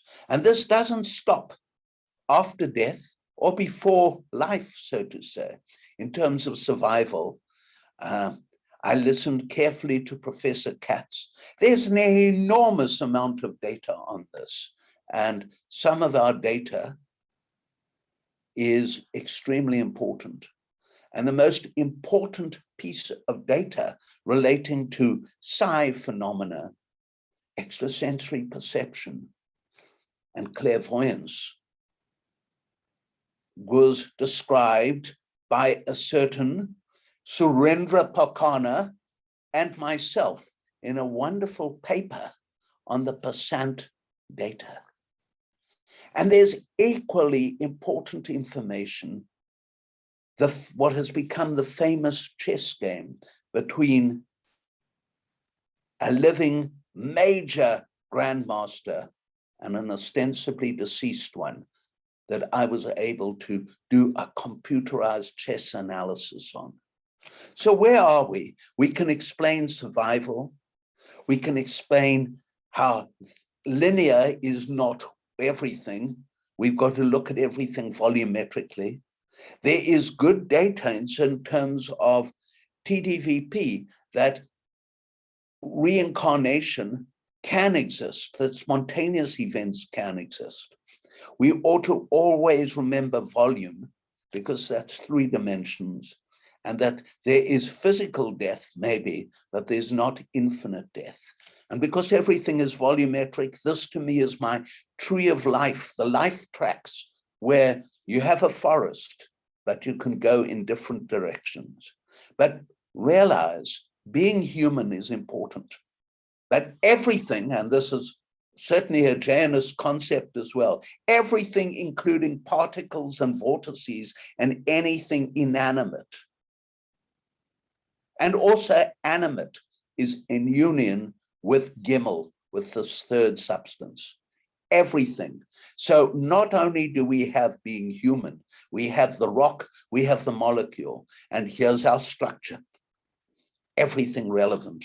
And we've been looking at electrons and neutrons and protons and quarks and atoms. So Gimel is that third substance. Where does it come from? We think it comes from the infinite.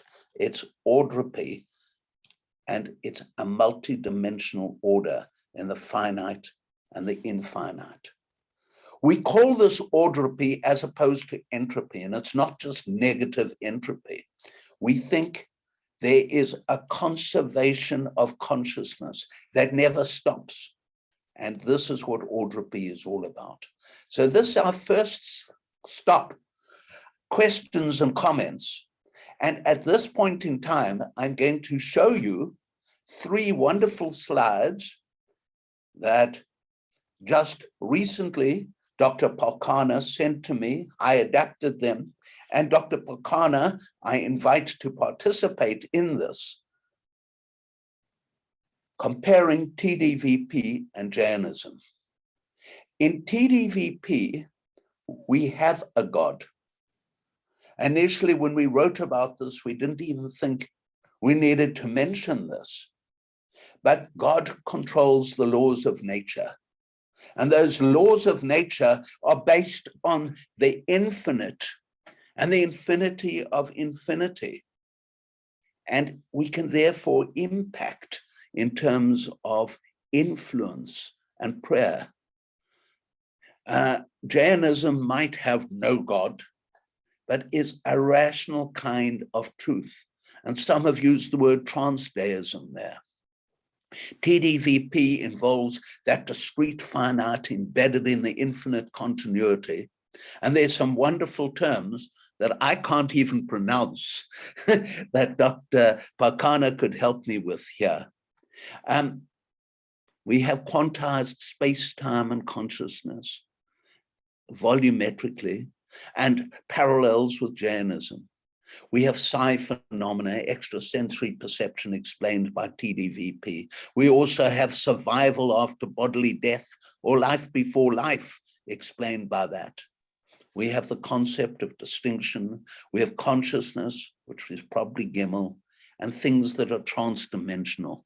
So this is all just a little extras in terms of question time, because I want to compare these, the vortices rotating in movements in different dimensions through 9 dimensions, the consciousness tethered with all types of matter, the Gimel being the non-physical entity with no mass and no energy, but has volume in 9+ dimensions and is in the infinite continuity where nothing is lost, the ordropy and the life. And important, we don't only exist after death, we exist before and after death, in before and after life. So life before life and life after death. This is all conservation of consciousness and conservation of existence. And from this, therefore, there was a conference a couple of years ago. I was most disappointed to not participate in it because I wrote a paper on meaningful evolution. Just out of interest, if you want to go on one of my websites, pni.org, Pacific Neuropsychiatric Institute.org, you can find groundbreaking paradigms. You click on that and there's some 20 different groundbreaking paradigms. And there's also one on moral philosophy, on good and evil, on free will. But the important thing is, from this, I developed the idea of meaningful evolution, which has components of Darwinian evolution and intelligent design. And we have the different other components, consciousness, where you can even introduce ideas pertaining to what was called junk DNA and is not likely junk, but might be linked up with Gimel, mysticism, consciousness, and matter. And all of these have Jainistic parallels there. So I want to thank Dr. Bandari as the chairperson, and I want to invite further questions and comments. Thank you so much. Thank you so much, Professor Nepe, for a very interesting and quite remarkable presentation. So I will turn it over to Professor Bandari, who can provide some reflection on the presentation. Yeah, it was great to hear him directly. I have read his book. But before we open the talk to questions, I would like to make a few comments here. One of them is that when I first read his book, the reality begins with consciousness. I thought by the title that it is a Vedantic type of thing, that everything begins with the Brahma or the God. But as you go into it, details, it has many, many new ideas. Now they are not accepted, as was mentioned by everybody, but they should be debated. Now, in Vedanta, they always talk of 3 domains, not 3 dimensions. And these 3 domains means Bhutakash, the material domain, Manokash, the psychic domain, and Chidakash, the conscious domain. So I don't know whether there is some similarity or there are something we can try to combine from the 2 ideas. But most importantly, what I think is there are many predictions of this model, and somebody ought to see, of course, Dr. Close and Dr. Nepe have made predictions and proved them, but somebody else must try to prove those predictions. And one of the predictions was this electron mass, what he mentioned. We converted into EMU, like that AMU we use as atomic mass. And Dr. Pokharna has calculated EMU of all the elements in the periodic table, and compared it with what Annie Besant said using her skill of Anima Siddhi, that is looking at various atoms or subatoms with consciousness at a small scale. So there is a fantastic agreement there, and I will later on invite Dr. Pokharna to explain that. But one thing was that this electron mass unit, EMU, agrees very well with two separate, absolutely different approaches. Now, of course, you have seen that he has developed this calculus of distinction, and also transcendental physics and so on. These are good books to read, but the point is that difficulty comes with Gimmel. According to this TDVP model, which as far as I could understand, he can correct me if I'm wrong, this is some kind of consciousness which is there at atomic and subatomic level. Nobody else believes that atoms are conscious or particles are conscious, although this double slit experiment is there, and a lot of subjectivity is there, but this is not explained as a conscious behavior. Now, these are the general comments. For its acceptability, we may have to prove the predictions of this model by some independent experiments. But nonetheless, it is very revolutionary. And as he mentioned, it has many similarities with the Jainism. There are also some major differences. We can debate it, but I think this is not the time to go into details. But of course, he got rid of scientific scrutiny by saying that these are low probability phenomena which are not reproducible. So in science, we always believe that everything must be reproducible and not subjective, not rare, not dependent on some contextual space, time, and so on. So that is one difficulty, and that is why I think it is difficult to accept it. I have a small question which I like to ask Dr. Nepe, that in his life elements, why he did not take phosphorus into account, because phosphorus is very vital, and I didn't see phosphorus listed there. So we begin with this small question, and then we can have a few questions, and then invite Dr. Pokharna to comment on general similarity between Jainism and the TDVP model. Please, Wonderful Dr. comments. Akhtar. Wonderful comments, Dr. Bhandari. First of all, just to clarify, it's to us been a bit amazing that many scientists, even when they've gone to the level of looking at components pertaining to multidimensionalism, have gone with string theory when there's no proof of any kind of string theory. Here we have produced proof. You said, well, you know, like people aren't really accepting it.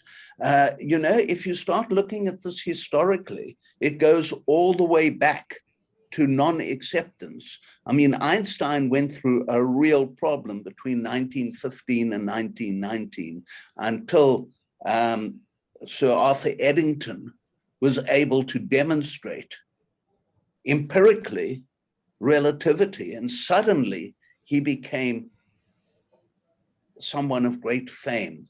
We've seen it in medicine, we've seen it all around, we've seen it with George Cantor, we've seen it with Tesla. So we're not too worried there. And the one comment has been, well, you know, it might take 100 years for them to catch up with this. This may or may not be so. But bear in mind that show me any model anywhere which empirically correlates with the Large Hadron Collider data and mathematically correlates across the quantal, life element, and cosmological components, and therefore can produce laws of nature that are singular. We don't need to talk about weirdness anymore. So I think that there are a lot of very important points there. The other point is just from the Besant data. Dr. Palkana started this very, very important, Annie Besant. When you looked at it in terms of 3S1T, which Dr. Palkana did originally, there was a good correlation, and we're busy re-looking at the statistics there. No doubt it will correlate very strongly, round about 10% correlation with 92 different elements. Hydrogen is a little different compared with the others. When you convert this to a 9-dimensional model, the correlation is so strong that it's almost 1. Statistically, it works out at 1 in a billion.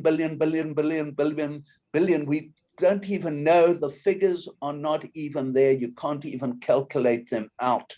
And this I have sort of discussed also with statisticians.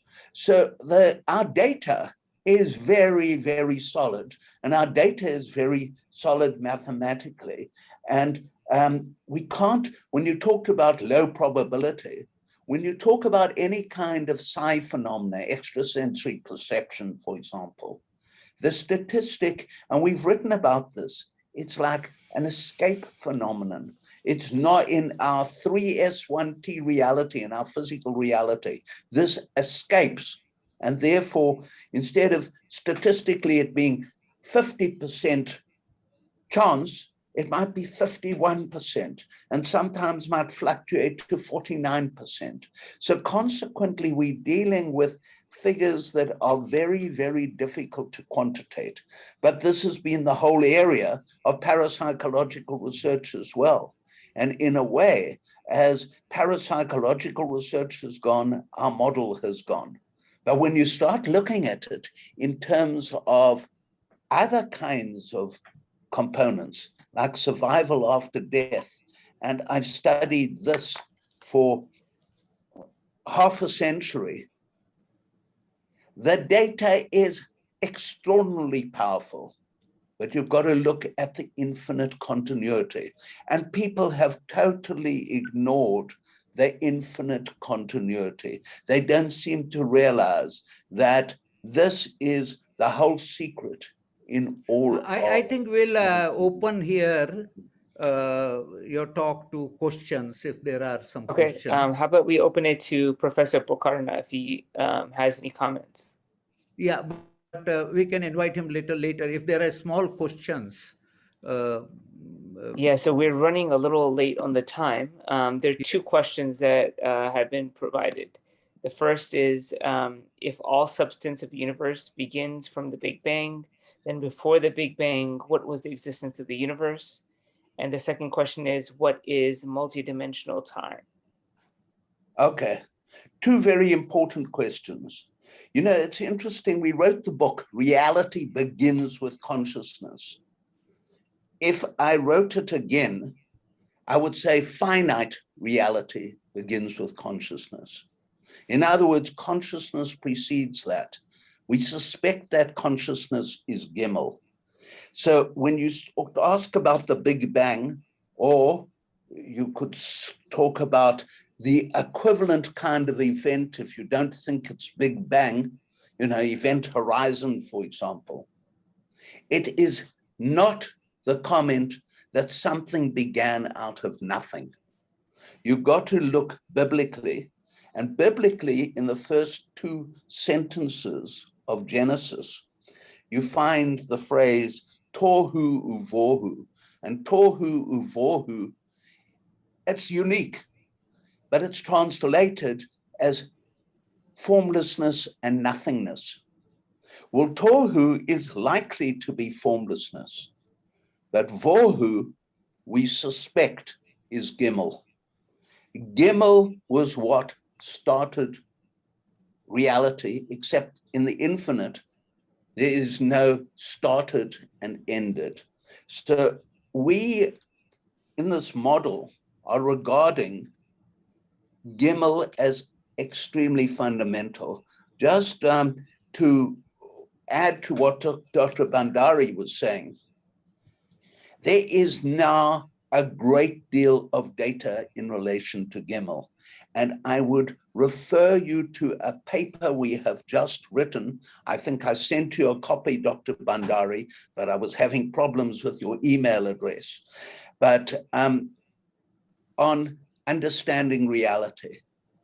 And you'll see this again on pnr.org under groundbreaking, but it's a 6th article. We deliberately made sure it was 6th because we wanted people to understand that this is very, very advanced, part 2 of it. And the important component is we've written a final chapter called Wondrous Gimel. And it's an amazing component. When we initially looked at this, we thought, nice speculation, but not really relevant. Second question, multidimensional time. It's one of the most difficult areas. I can spend 4 hours trying to discuss it. And if you spend 4 hours trying to discuss it, it shows you don't fully understand it, because it ought to be in 2 minutes. Basically, everything is volumetric. We think time is volumetric. It means that you can make choices. You remember that tree of life I showed, and the fact that you can go in different directions. We are dealing with linear time, but time can change in terms of that one dimension. And if you portray it, we think it's likely to be 3 dimensions, because it's 3 of space, likely to be 3 of time, and 3 of consciousness. It's extremely complex, and it deserves an article. Dr. Nape, if I may ask, would you agree that this dimension, what you use, can be replaced by domain? At least then I will understand it better. Oh, it's a wonderful thing. We use the word domain as well, but we talk about domains as several different dimensions together. You can't have one dimension, but you can have a 3-dimensional domain of space.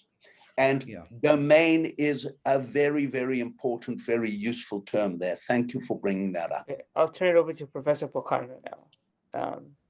If you have some comments. Professor Surendra Singh Pokharna, yes, please go ahead. Yeah. Actually, I have found their model to be very, very interesting and a very new concept, in which they have tried to unify all branches of science using one single model. And their concept of a distinction is very, very important, I should tell you, Matlab. And then when I compare their model with Jainism, I have found that to be absolutely fantastic. I mean, 15 parameters are there, which are there in Jainism, which are there in this TDVP model also.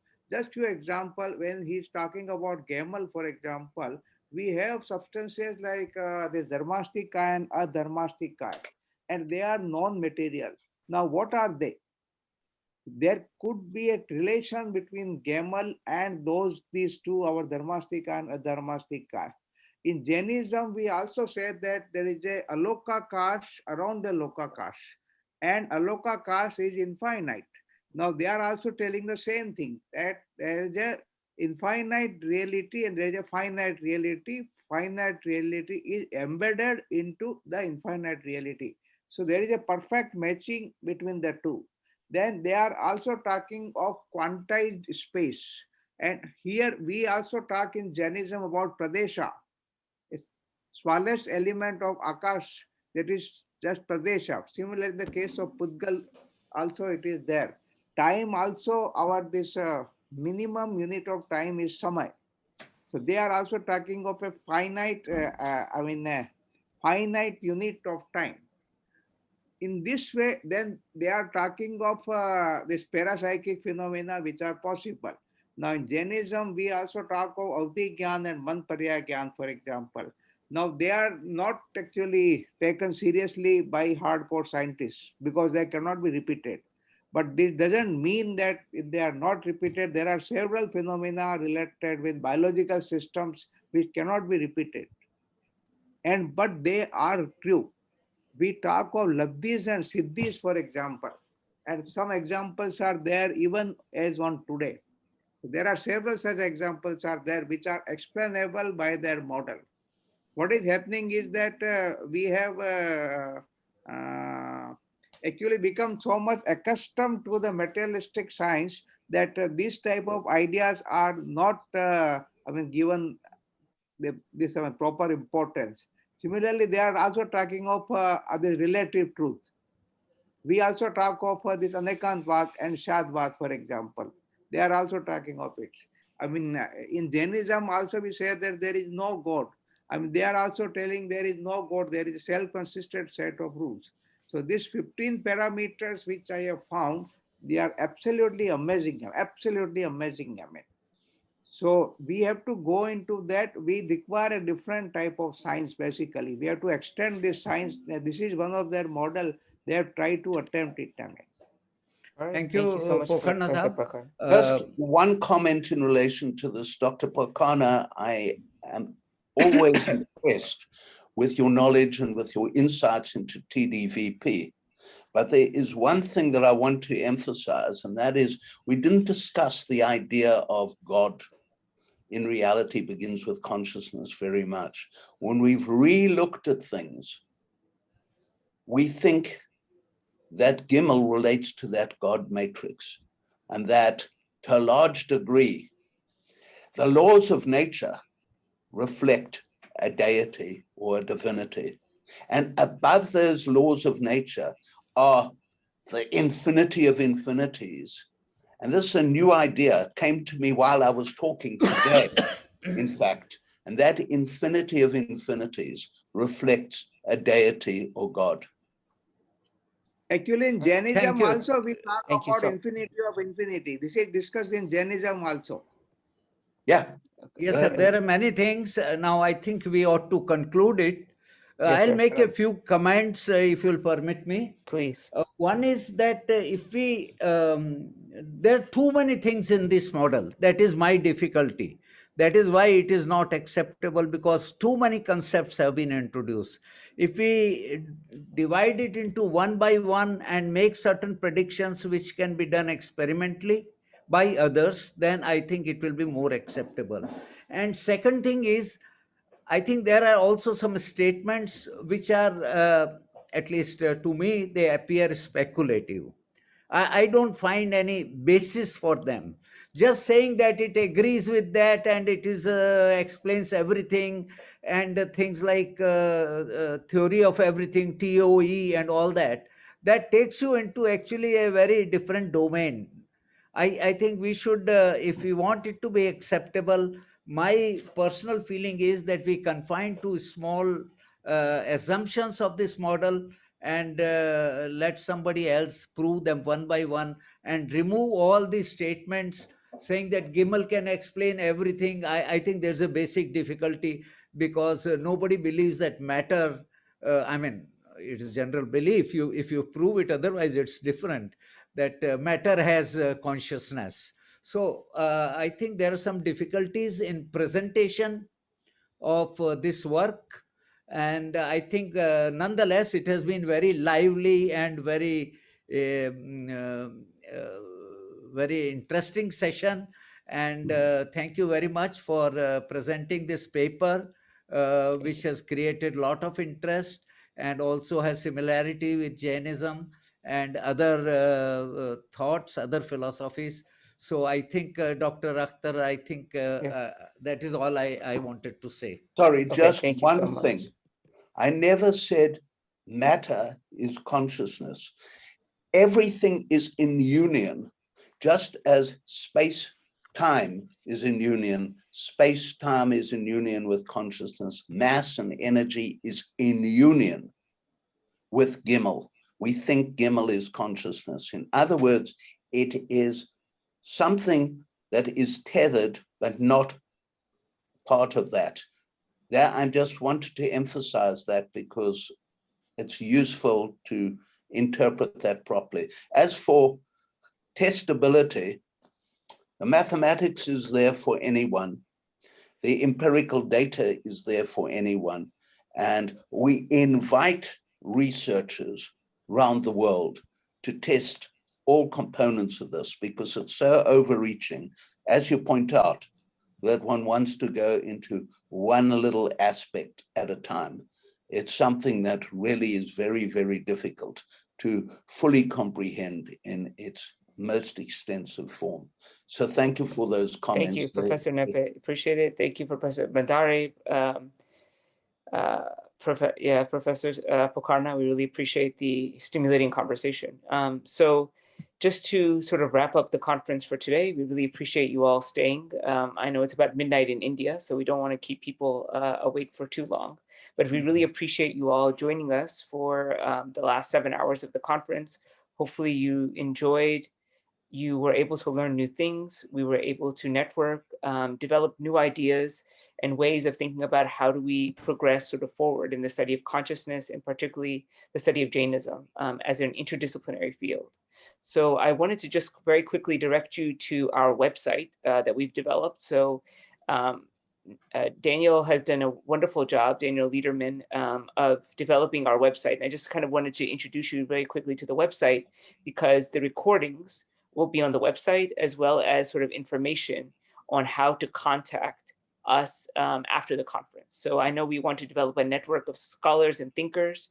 So this is the homepage of the website, and I'll put it in the chat as well. For those of you who have a minute, you can sort of join us there on the website. This is the welcoming page. Samaniji's welcome address is here. For the 2 videos that we've shown today and future recordings, we'll put them here. So today, for instance, we had 2 produced videos from FIU, the President's Address and the FIU Jain Studies video. You can watch it here. And future videos from the conference every day will be added to this website as well. If you're interested in sort of looking at the abstracts and the agenda for each day, those are available for download here as well. Today, we also had the proclamation from the mayor of Miami-Dade County that can be downloaded here as well. So all of the resources for the conference have been provided here on this website. So this should be your one-stop shop for everything that we're doing on the conference. And we hope that you're able to visit it daily so you can get updates, or if you want to contact us, all of the contact information is there as well. So we'll conclude now with that FIU video one more time, just so people have a sense of FIU's Jain Studies program. Thanks. Thank you, Dr. Iqbal, very much. Wonderful day. Very, very, very informative, very enlightening. Thank you. Thank you, sir. FIU's Jain Studies program is the first endowed Jain Studies academic program in North America. For a decade, the university has worked with the Jain community to contribute to the understanding of this remarkable faith tradition and civilization. To me, when we look into Jainism, we create Center for Jain Studies. We need to bring to the world what drives success, what drives a peaceful life, what brings happiness. The Jain community feels very comfortable with the university. They say university is very much organic part of the community. Even if you're a Jain or a Muslim or whatever, for the local community, they know that they can reach out to the university. That the university has done. My experience here as a researcher more and also like as a member of the Jain community has completely changed my view of seeing Jainism. Like earlier I used to see it more as like a ritualistic religion, but here now I can envisage it as more like scientific. FIU enjoys a close connection to the Jain community, particularly the Jain Education and Research Foundation, JERF. We want to put the FIU in the world map, saying that this is the first professorship started in FIU and it created a significant impact in the local community, in Florida itself, and then globally worldwide. When non-Jains look at the Jain ideas and come and tell us about it, we learn a little bit more about ourselves.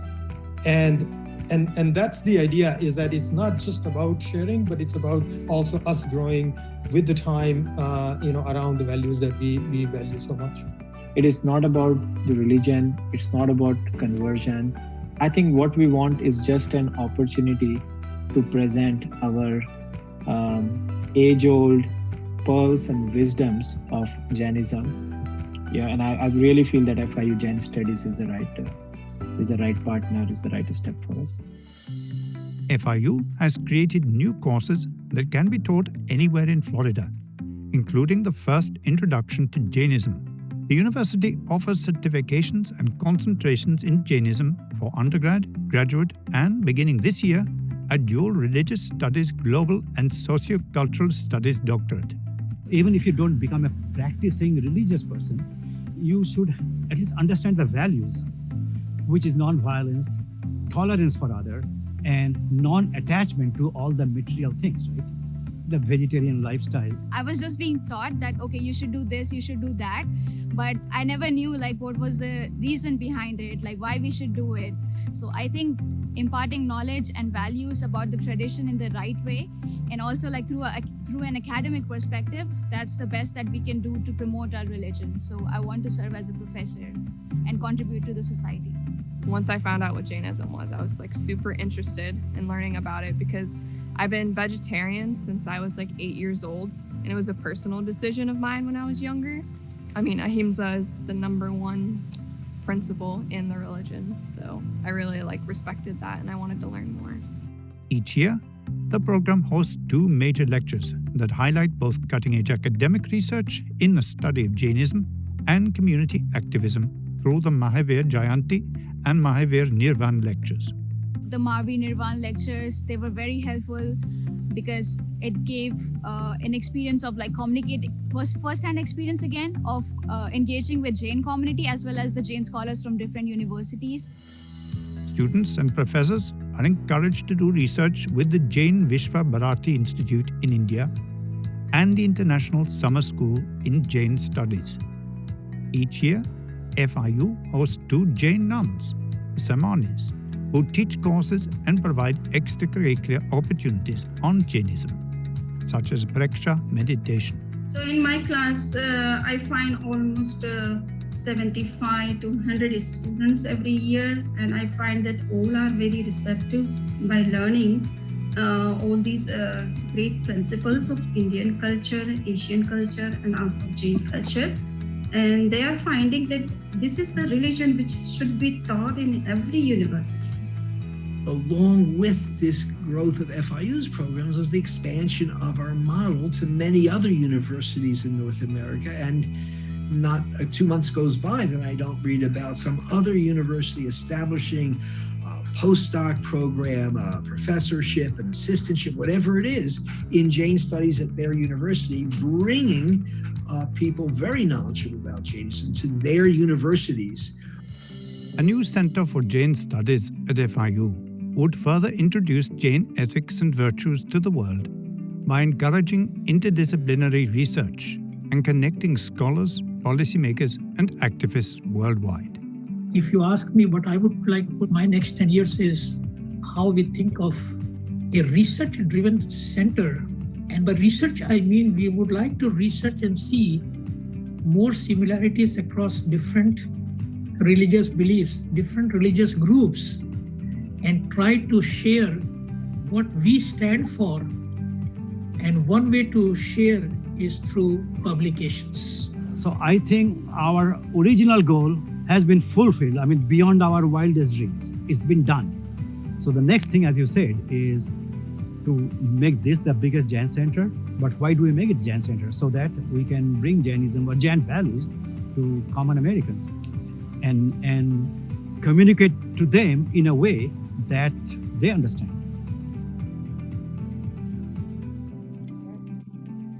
Wonderful. Thank you so much. And it was a pleasure to have you today for the conference. We hope to see you tomorrow morning at 7:30 Eastern Standard Time, 5 o'clock in the afternoon in India.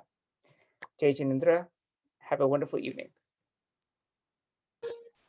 Jai Jain, Jai Jain, Jai Jain, Jai Jain, Jai Jain, Jai Jain, Jai Jain, Jai Jain, Jai Jain, Jai Jain, Jai Jain, Jai Jain.